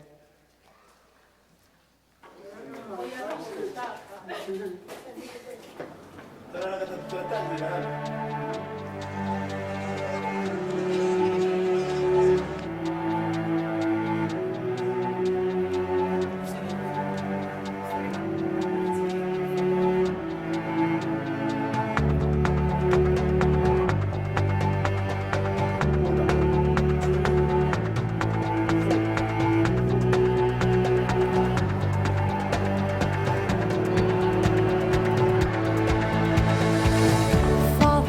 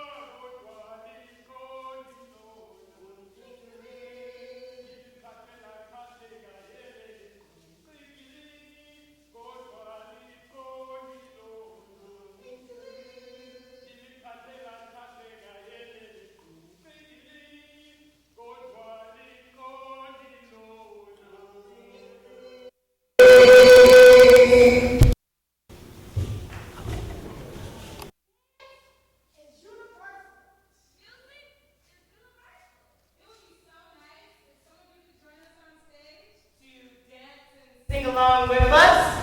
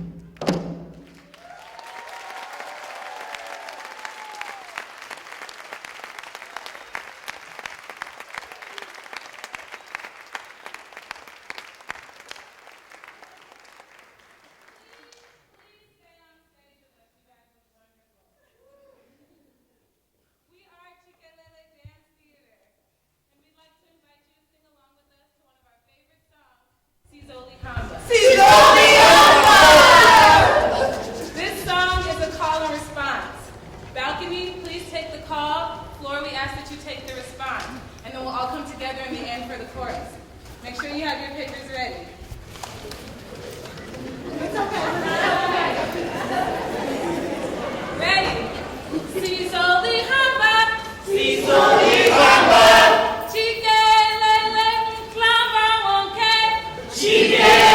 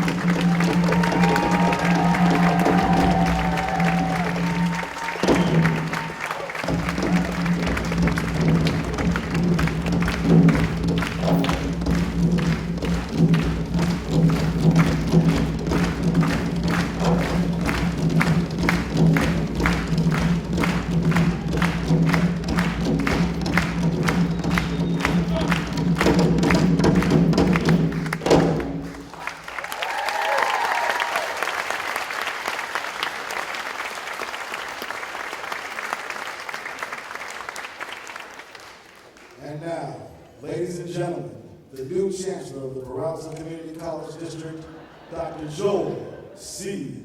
Leggett.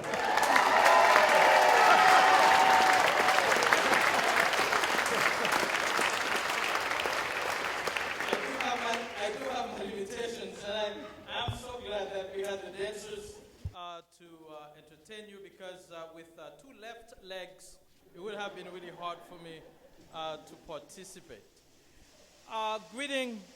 Greetings, honorable guests, elected officials or representatives of them, President Brown, Trustee Handy, Trustee Gonzalez-Ewan, Trustee Bonilla, and partners of the Peralta Community Colleges and members of the Peralta Academic Community and Services Community, my colleagues from other lives. I have at least two of them who've joined me, Dr. Ramona Tasco, one somebody who sold me Oakland, definitely a place to come to, and my former chief of staff at Solano Community College, Dr. Yoshika Crawford.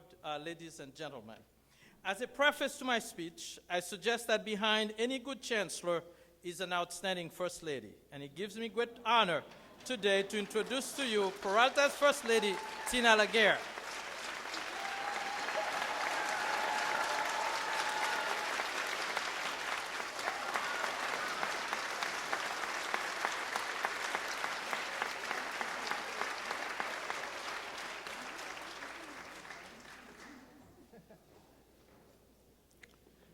Both of us look forward to spending time with you, plenty of time over the next decade or so as a member of the Peralta Community College family.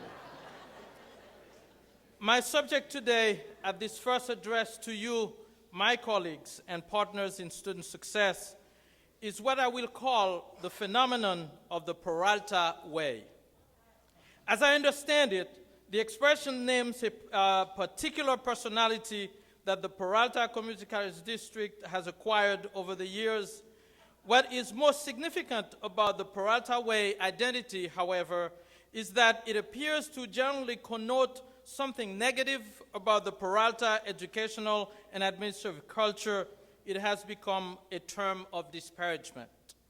What seems puzzling about this current identity of the Peralta educational community is that each of the individuals that make up the 4 colleges and the district office are individuals that contribute to the highest caliber of academic and administrative worth of the Peralta College District, and yet, at times, the district as a whole does not reflect the high quality of each member. Here it seems that we have the situation where the whole is something less than the sum of its parts. On this point, Chris Argyris, the author of the article Way Smart People Fail, quoted by Roger Staub, made an interesting observation, and I quote, "How can a group where everyone has an individual IQ of 130 get together and collectively end up with an IQ of 65?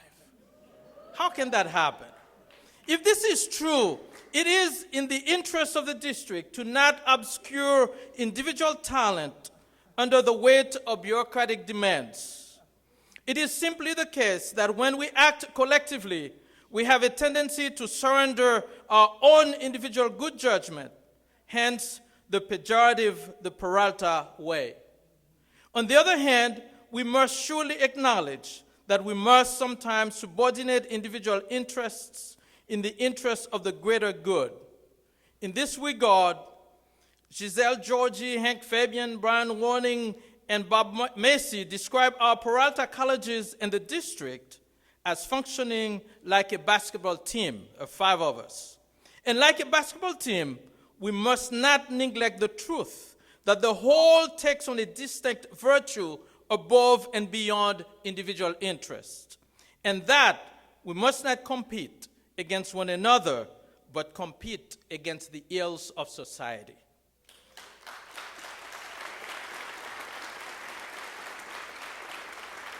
It is difficult to speculate why we have conjured up the negative Peralta Way expression, but I'm here today to declare that the Peralta Way shall no longer refer to an institution that has sometimes been deemed as mediocre, irresponsive, and off course, but shall instead refer to a unified yet distinct community of colleges where its virtue personality bespeaks academic excellence, superior innovation, and one aimed at lifting our students to their highest potential.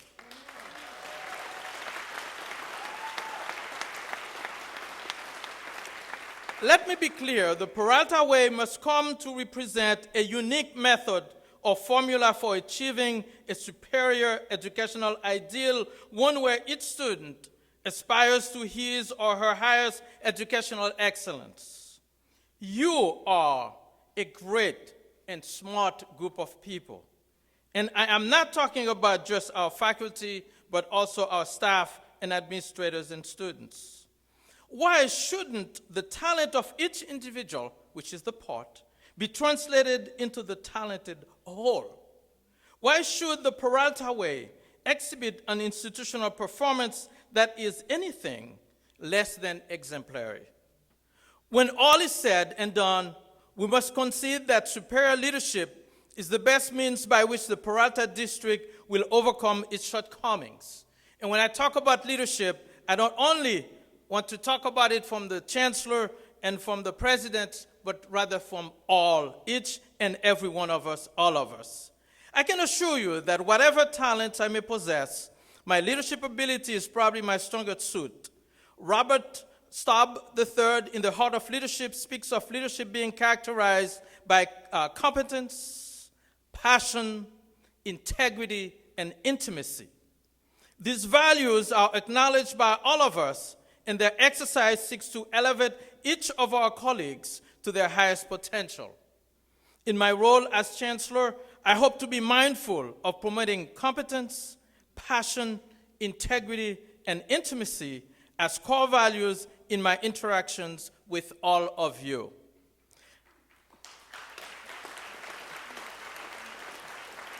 Let me just say here that intimacy refers to respect, trust, support, and appreciation. I pledge to listen to you, and I will devote my talents full time to the strengthening of our common goals. To that end, we need to create a shared vision for the new Peralta way to include a theory and practice of education that all of us can embrace.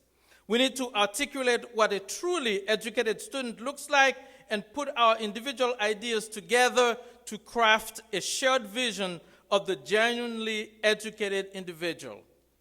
This education should be grounded in democratic values as well as social and racial justice. In the early 1960s, President John F. Kennedy put forward the challenge to place a man on the moon and return him safely to Earth. That required a vision. I believe that we must now ask ourselves, what is our collective vision for Peralta in 1 year, in 5 or 10 years? Let us have that dialogue. We need to begin to develop the Peralta vision and refine it over time. As one way of approaching our task, you will receive a SurveyMonkey assessment from Educational Services today. Please fill out the survey by the end of the week. I want to hear your voices so I can truly understand and appreciate your sentiments. As I stand here today, I must tell you that my personal goal is to work with all of you to transform Peralta into an outstanding academic institution, second to none.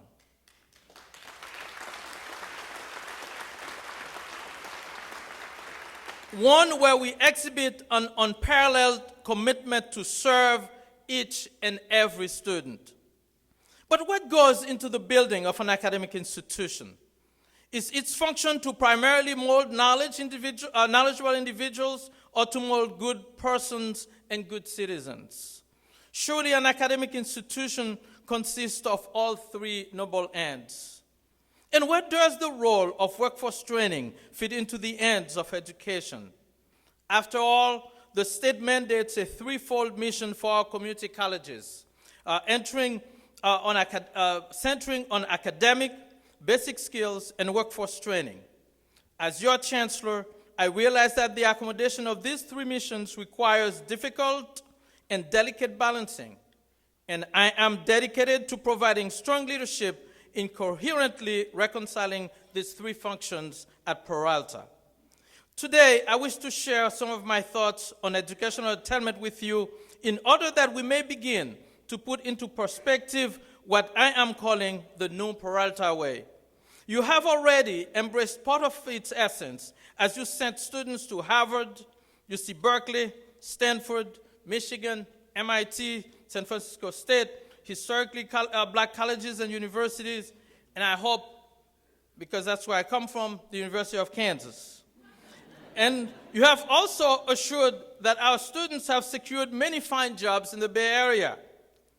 In the new Peralta way, we are not completely reinventing the wheel, so to speak, but we must clearly sharpen our understanding of Peralta's purpose and its common educational vision, especially in student achievement, services to students, services to our faculty, and other employees.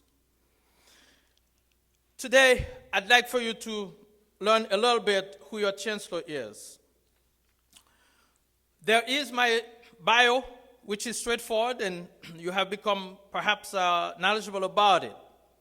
By the way, after I became a college president and I told Mrs. Laguerre that I was not going any further in my profession, she told me that we have not heard this before.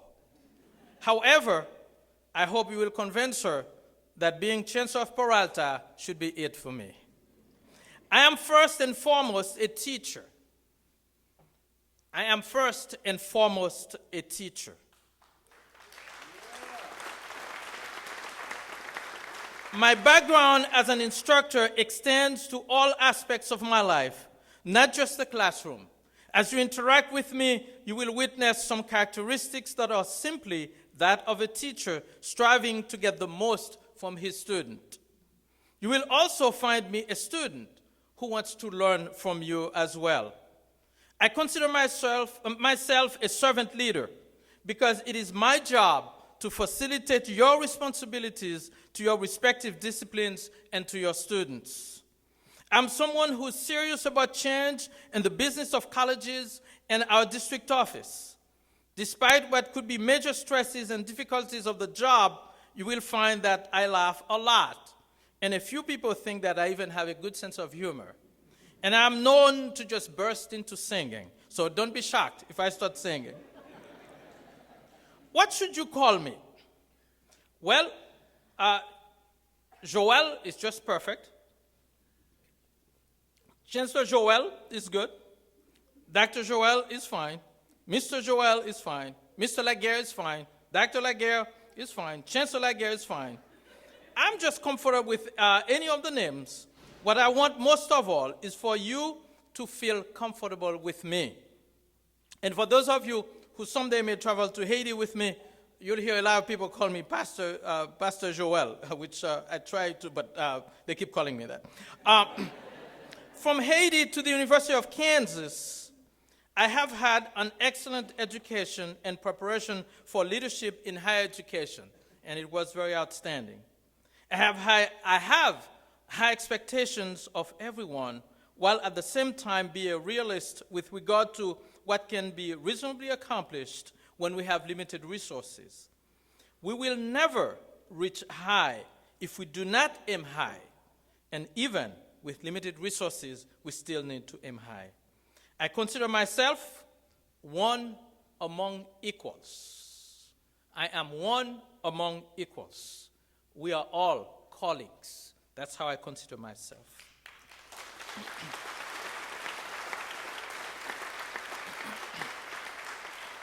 I would like to share with you some of the beauty of Peralta.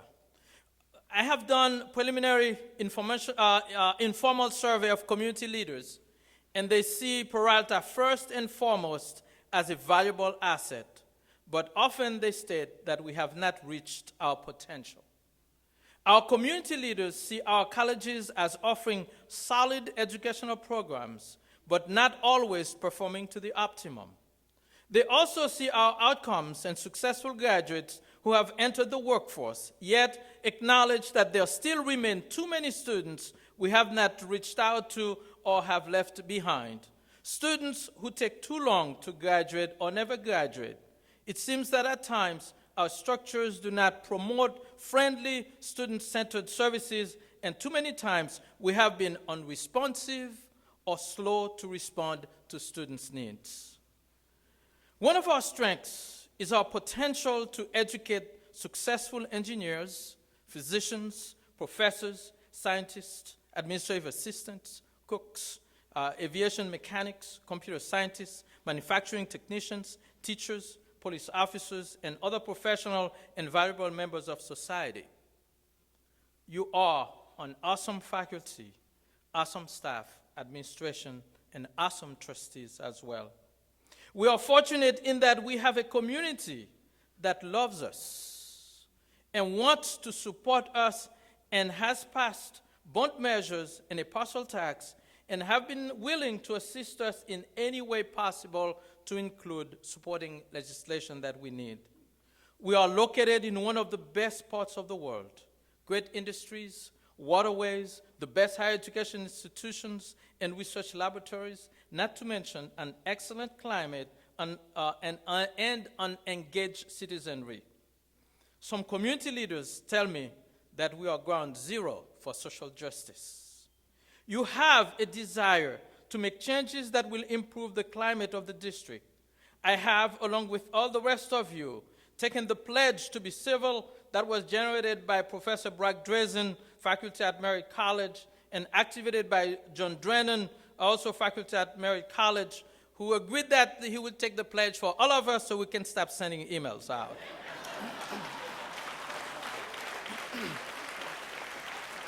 I took that pledge as well. We should take pride in our many demonstrable achievements, such as at the College of Alameda, an early college high school, ASTI, graduating a high percentage of students from college and high school at the same time. Like at Berkeley City College, where we are the second-ranked community college in the state in percentage of students transferring to UC Berkeley. At Laney College, where we host the ABEST Center involving multiple partners in multiple states. And at Merritt College, where we educate the nurses and radiographers of the future, and where we have such a rich history in the struggle for freedom. All four of our colleges have developed brilliant opportunities for students in the life sciences and biotechnology. They are producing high-end workers for a fulfilled life. We are really good.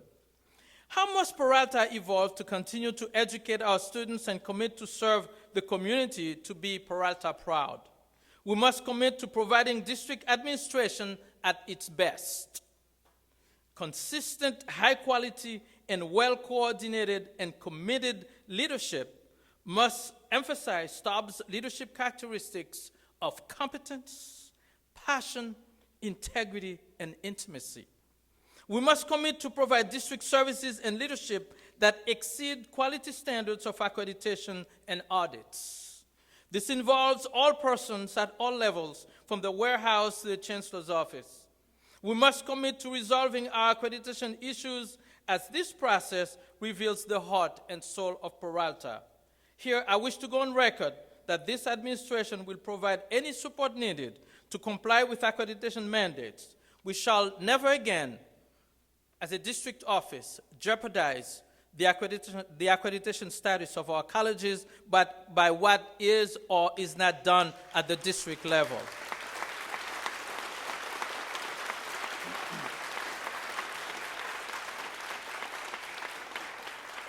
We must commit to support an impeccable and dedicated governing board practicing trusteeship at its best. From everything that I have seen so far, we are exceeding that expectation. I did learn through the search process that the college leaders wanted someone who could connect with the board. I am pleased to say that after 50 days in office, it seems that we are working well, we are well on our way to accomplish that. We must commit to having 4 college presidents and a chancellor who pledge to serve rather than be served, and who will provide consistently excellent leadership. Our commitment must include a strong, consistent administration to include the presidents, vice presidents, deans, directors, managers, operating engineers, and staff at all levels, all competent, well-trained, and developed to their utmost potential, and all committed to their jobs. Furthermore, we will institute a leadership academy that will function annually and that will provide ongoing professional development for our administrators and our staff. We must commit to ensuring we have top-notch faculty. We must provide faculty and staff the tools necessary to perfect their craft and to shape the potential of all our students.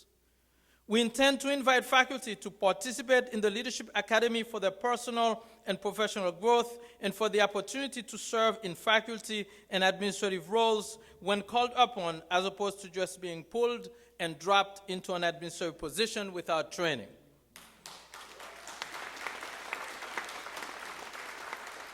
I am well aware of the state of technology in our teaching environment.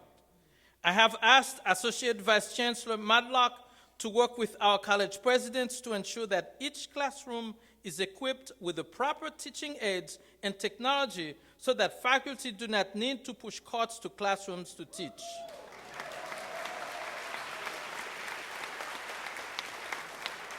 Having proper projection and computer access in the classroom has long become the norm, and Peralta colleges should meet that minimum expectation. Depending on the availability of resources, I want our classrooms to have the latest technology, all of our classrooms, by the beginning of the 2018 academic year, every classroom with smart technology within 3 years. We must commit to be a responsible, shared, participatory governance process. District Senate President Cleveland Smith and I have already made the decision that we will have an honest and professional relationship and pledge to proactively address our issues. The same is true with Staff Senate President Blake.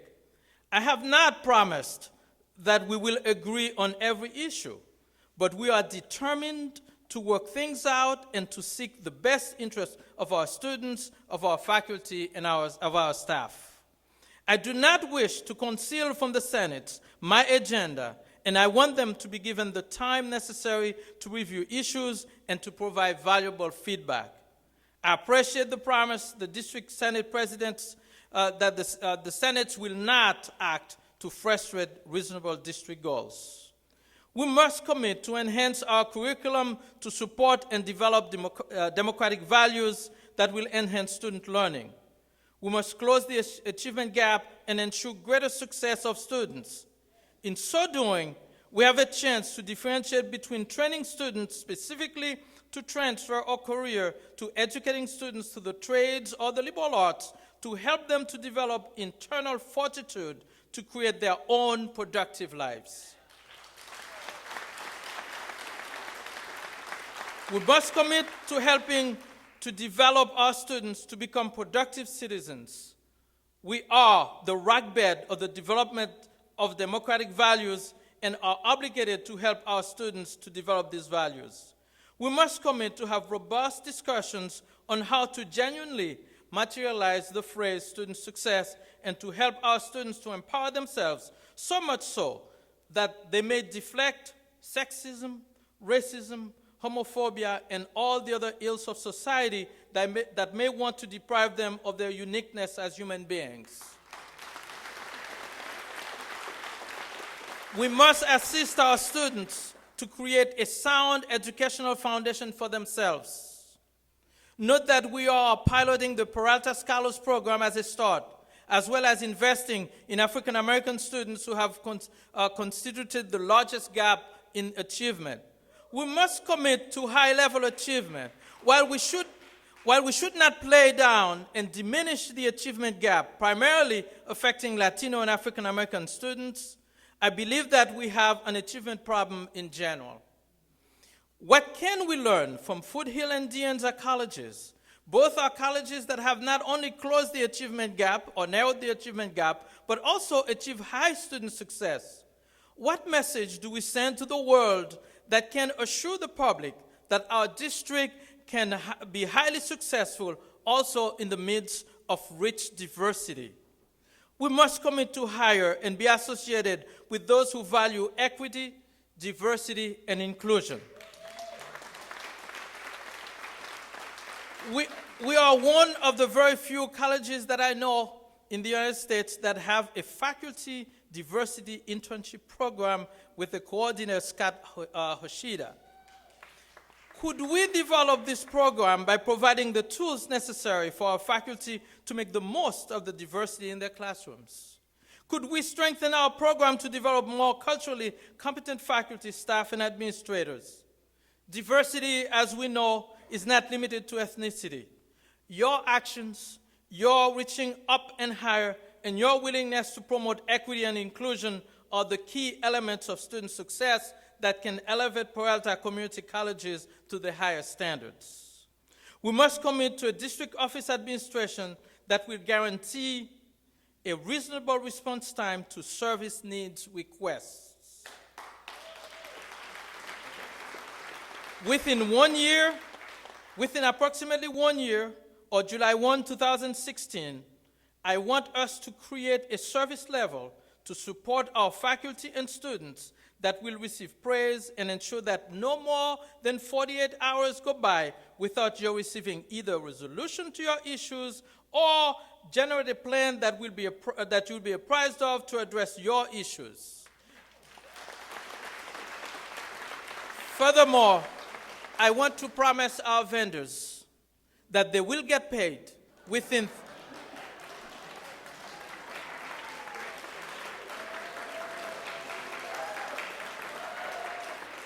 I guess we're excited about the fact that they will get paid, but I'd like for them to. My wife and I joke sometimes about Haiti. Sometimes the government pay you sometimes. It's not. I do want to promise our vendors that they will get paid within 30 days of our receiving clean and clear invoices starting November 1, 2015.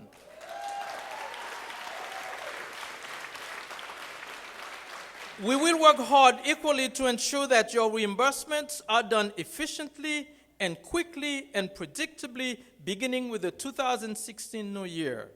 It is a pledge I'm making on behalf of Vice Chancellors Little, Vice Chancellor Largent, Vice Chancellor Icaro, Associate Vice Chancellor Madlock, Associate Vice Chancellor Quivel Swinson, and the 4 college presidents, Webb, Budd, Blake, and Empress Galavis, as well as the governing board. Our Deputy Chancellor will keep everyone posted as we progress toward our timelines. I also know that we have had problems over the past 6 years with our staff because they have suffered many cuts and we have not fully restored our staffing. Furthermore, in informal conversations, I have gathered that professional development for our staff has been lacking.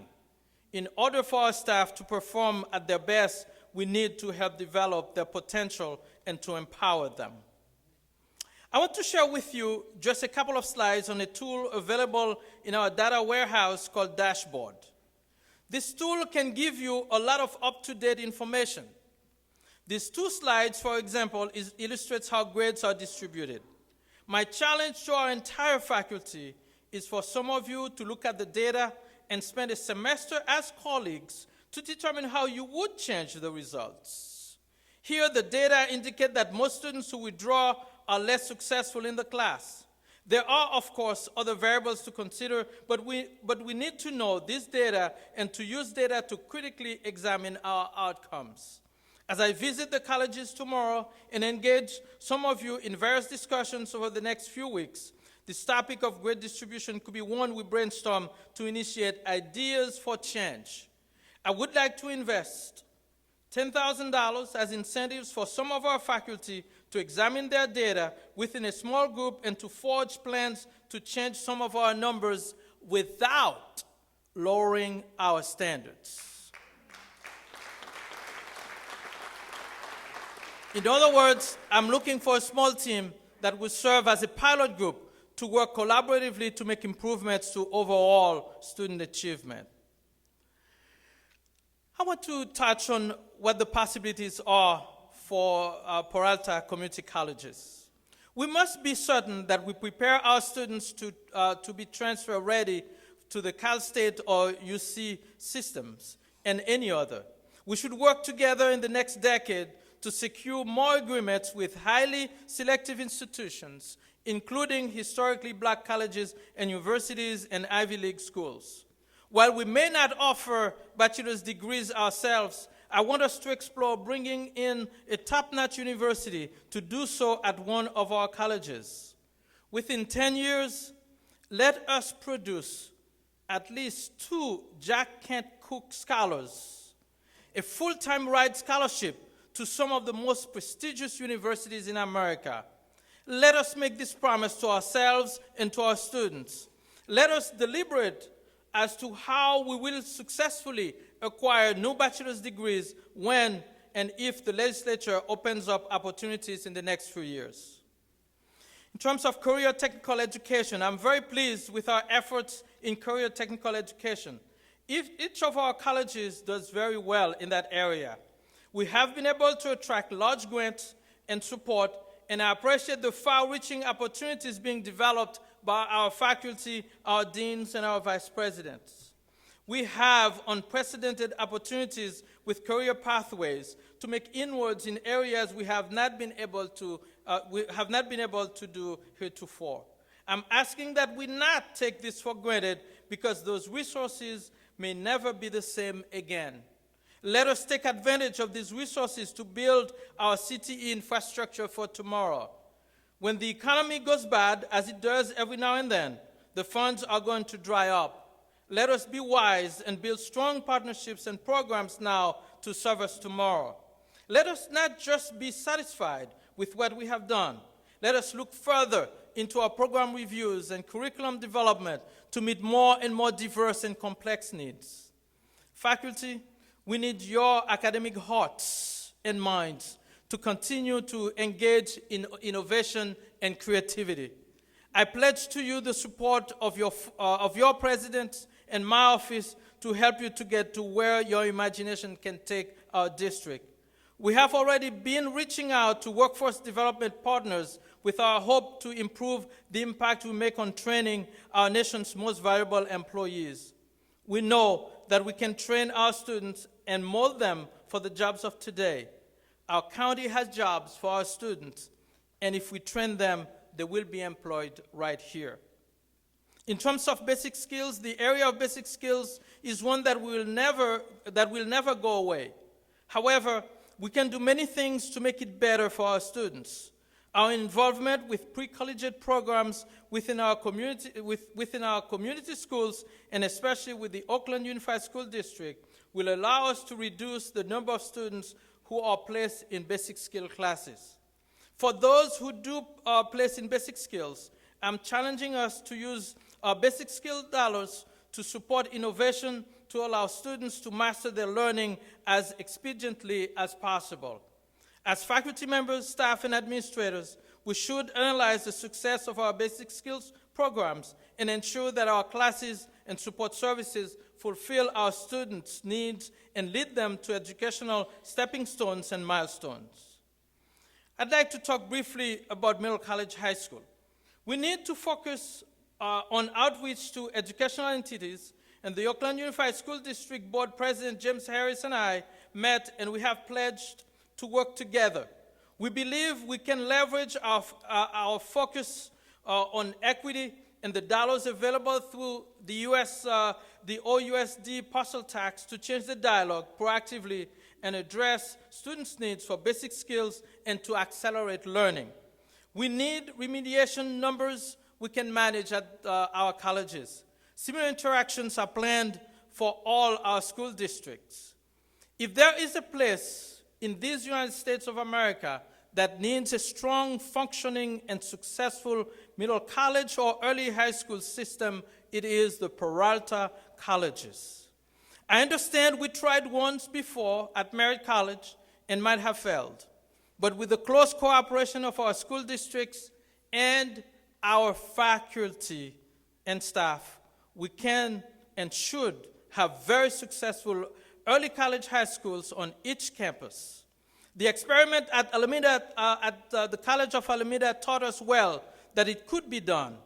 According to a source familiar with Harvard admissions, 18 transfer students were admitted to Harvard this year. One came from BCC, and the other one from the early college program at the College of Alameda.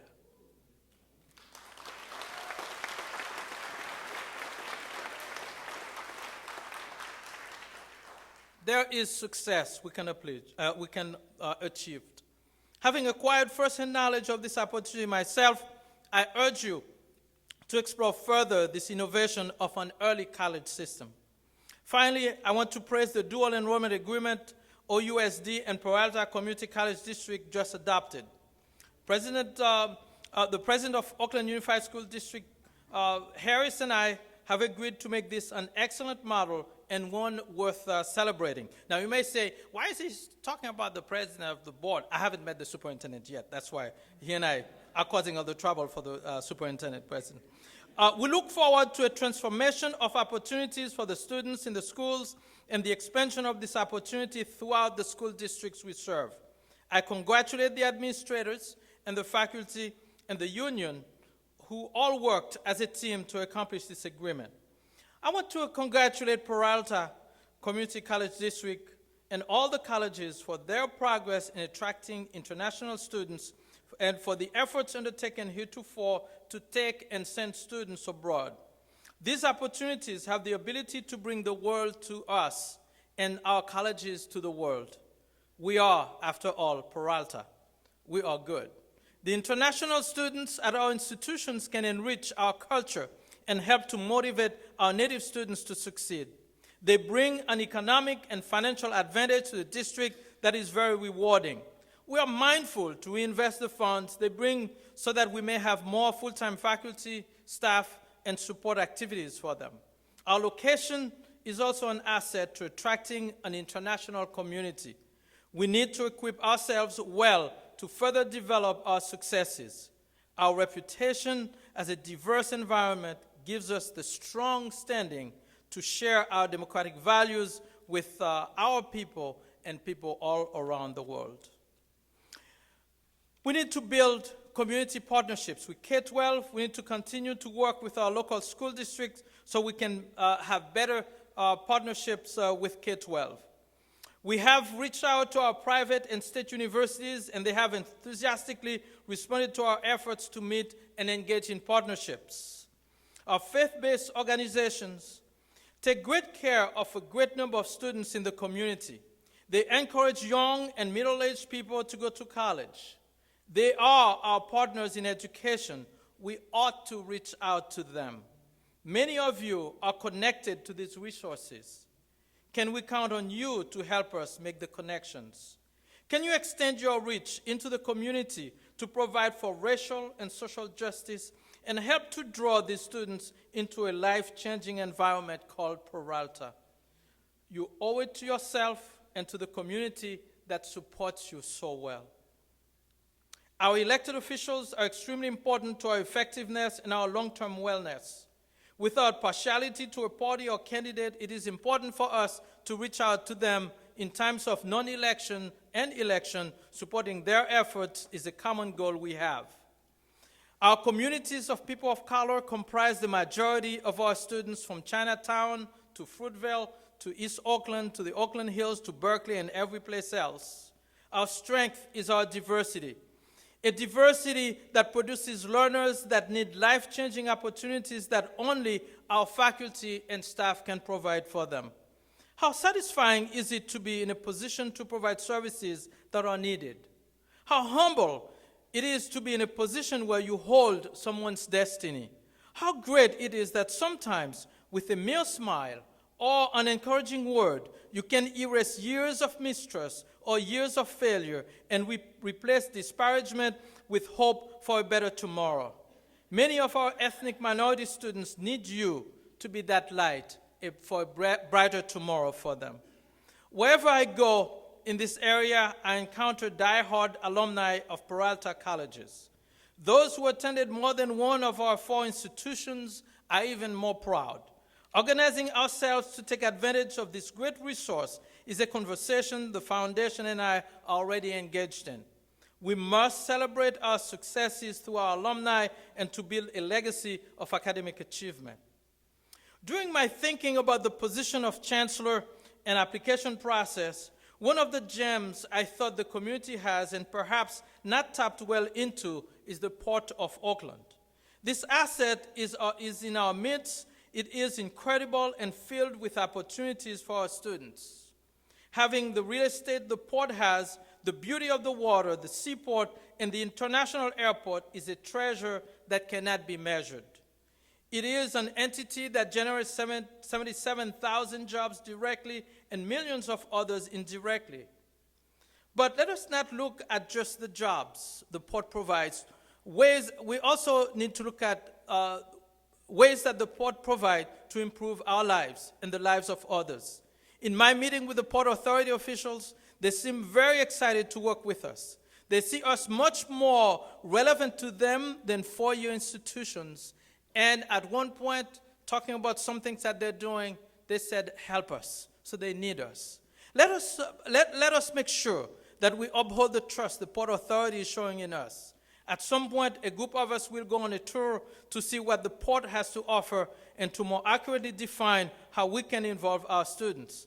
I have asked already for internships for our faculty, especially during the summer. Within our area, we have a very powerful organization called the Private Industry Council. The beauty of the council is that it includes a variety of organizations. Some train, others advocate, some work with those in society who are not able to make it. The group that provides for adult education and GED completion, for example, would be so delighted to work with us and to make sure that those who complete a GED transition safely into the community college. We are the best hope to make it to a decent standard of living. They are counting on us, and our community will be proud when we establish solid connections. Workforce development and continuing education. There is a lot that can be said about workforce development and continuing education, and I hope that you will be tuned over the next few months as we explore this great opportunity together.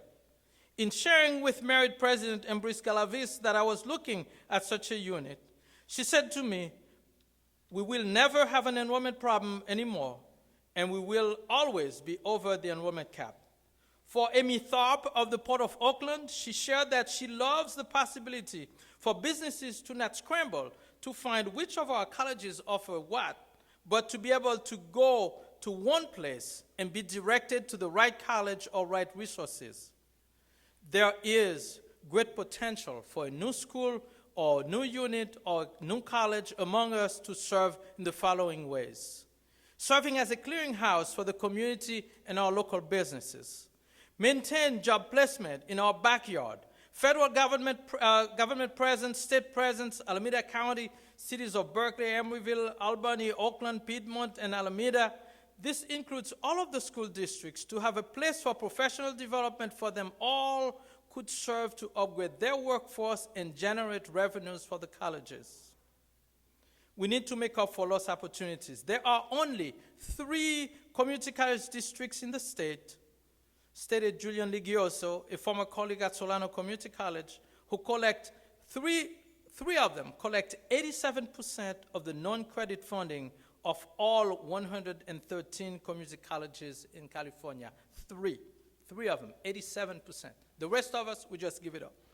The rest of us, we just watch and see what happens. I am saying that we owe it to ourselves. We owe it to ourselves to be the 4th. We want to join these 3.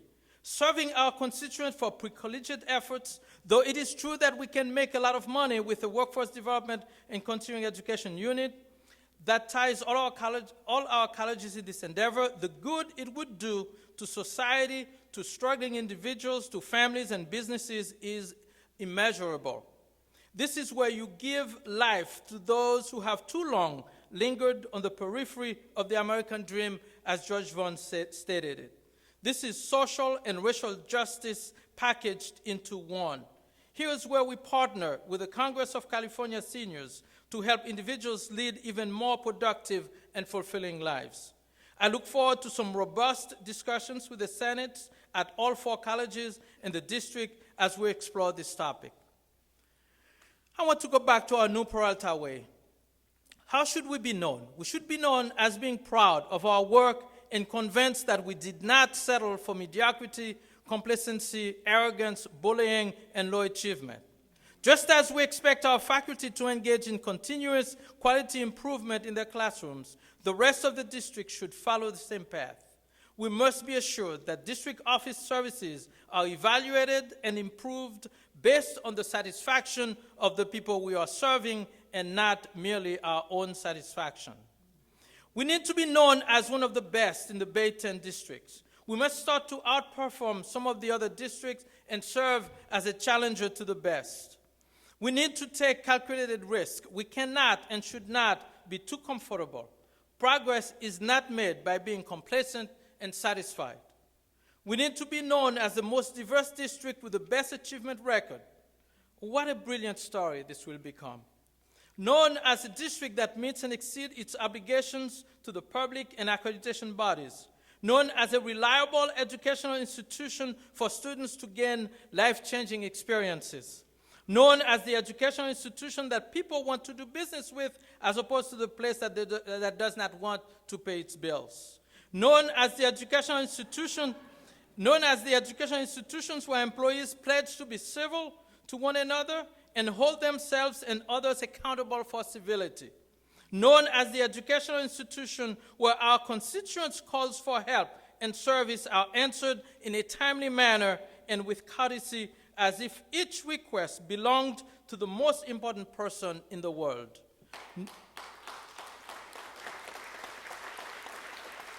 Known as the educational institution where we want our grandchildren and our children to be educated. Known as the educational institution where our services are top-notch. Known as the educational institution where our students are our best recruiters and not our worst critiques. Known as the educational institution where 1,200 staff and administrators support the work of over 800 faculty and work together collectively and collaboratively to transform the lives of thousands of students. There are 2 topics important to us that I did not address today, but I hope we can discuss them when I visit you tomorrow and take your questions at the colleges. That is enrollment management and budget.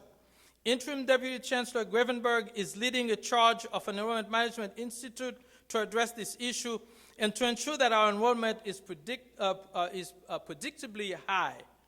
Furthermore, as a follow-up to an enrollment management conference that took place last month, I have asked President Budd to convene a work group of the attendees from Peralta community colleges to make sure that Peralta benefit from the wealth of information that was shared at that conference. I'm asking Vice Chancellor Little, that's why I invited you to come here, Vice Chancellor Little. I'm asking Vice Chancellor Little, who is our new Vice Chancellor for Finance, to hold open forums at each college and the district office to share the final state of the budget as we go through the final approval process by the board. If we attend to the partnerships and the connections I shared with you today as a district, we will never need to worry about our enrollment and our budget and our accreditation. We can build the reserve that we need to take us even over tough financial years that are sure to come our way in the future. One of the phrases that one of the moments I cherish was when then Governor Clinton was speaking at the Democratic Party convention.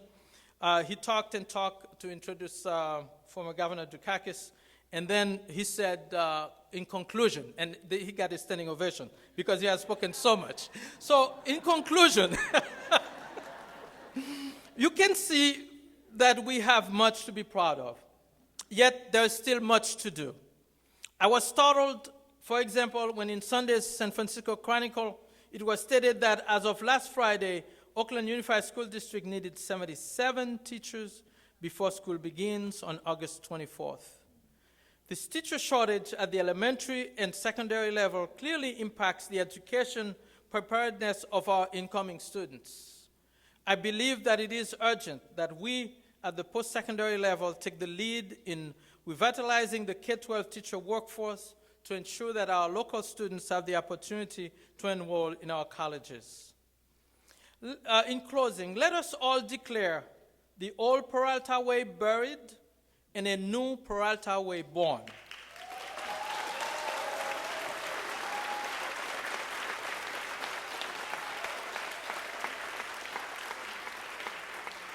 The greater Oakland area needs us to bring hope, prosperity, training, and enlightenment to its youth, to move them from chronic despair to the hope of a bright future, the kind of future that a college education can provide. The new Peralta way features 4 colleges and a district office and does not consider one segment as a rival to another because, as Professor Hank Fabian put it, our legitimate common rival is despair, illiteracy, and unemployment of our people, not one college against another or against a district office.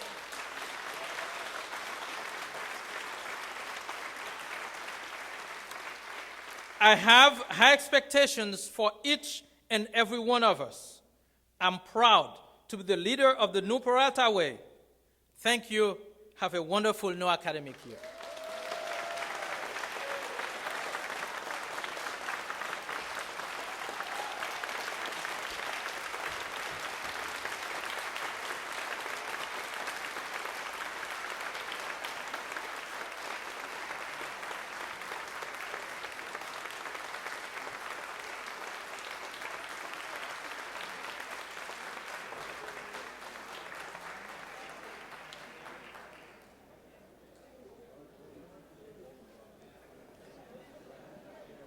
Lunch is served in the cafeteria and the quad. See you in the afternoon. The first workshop is going to be the one.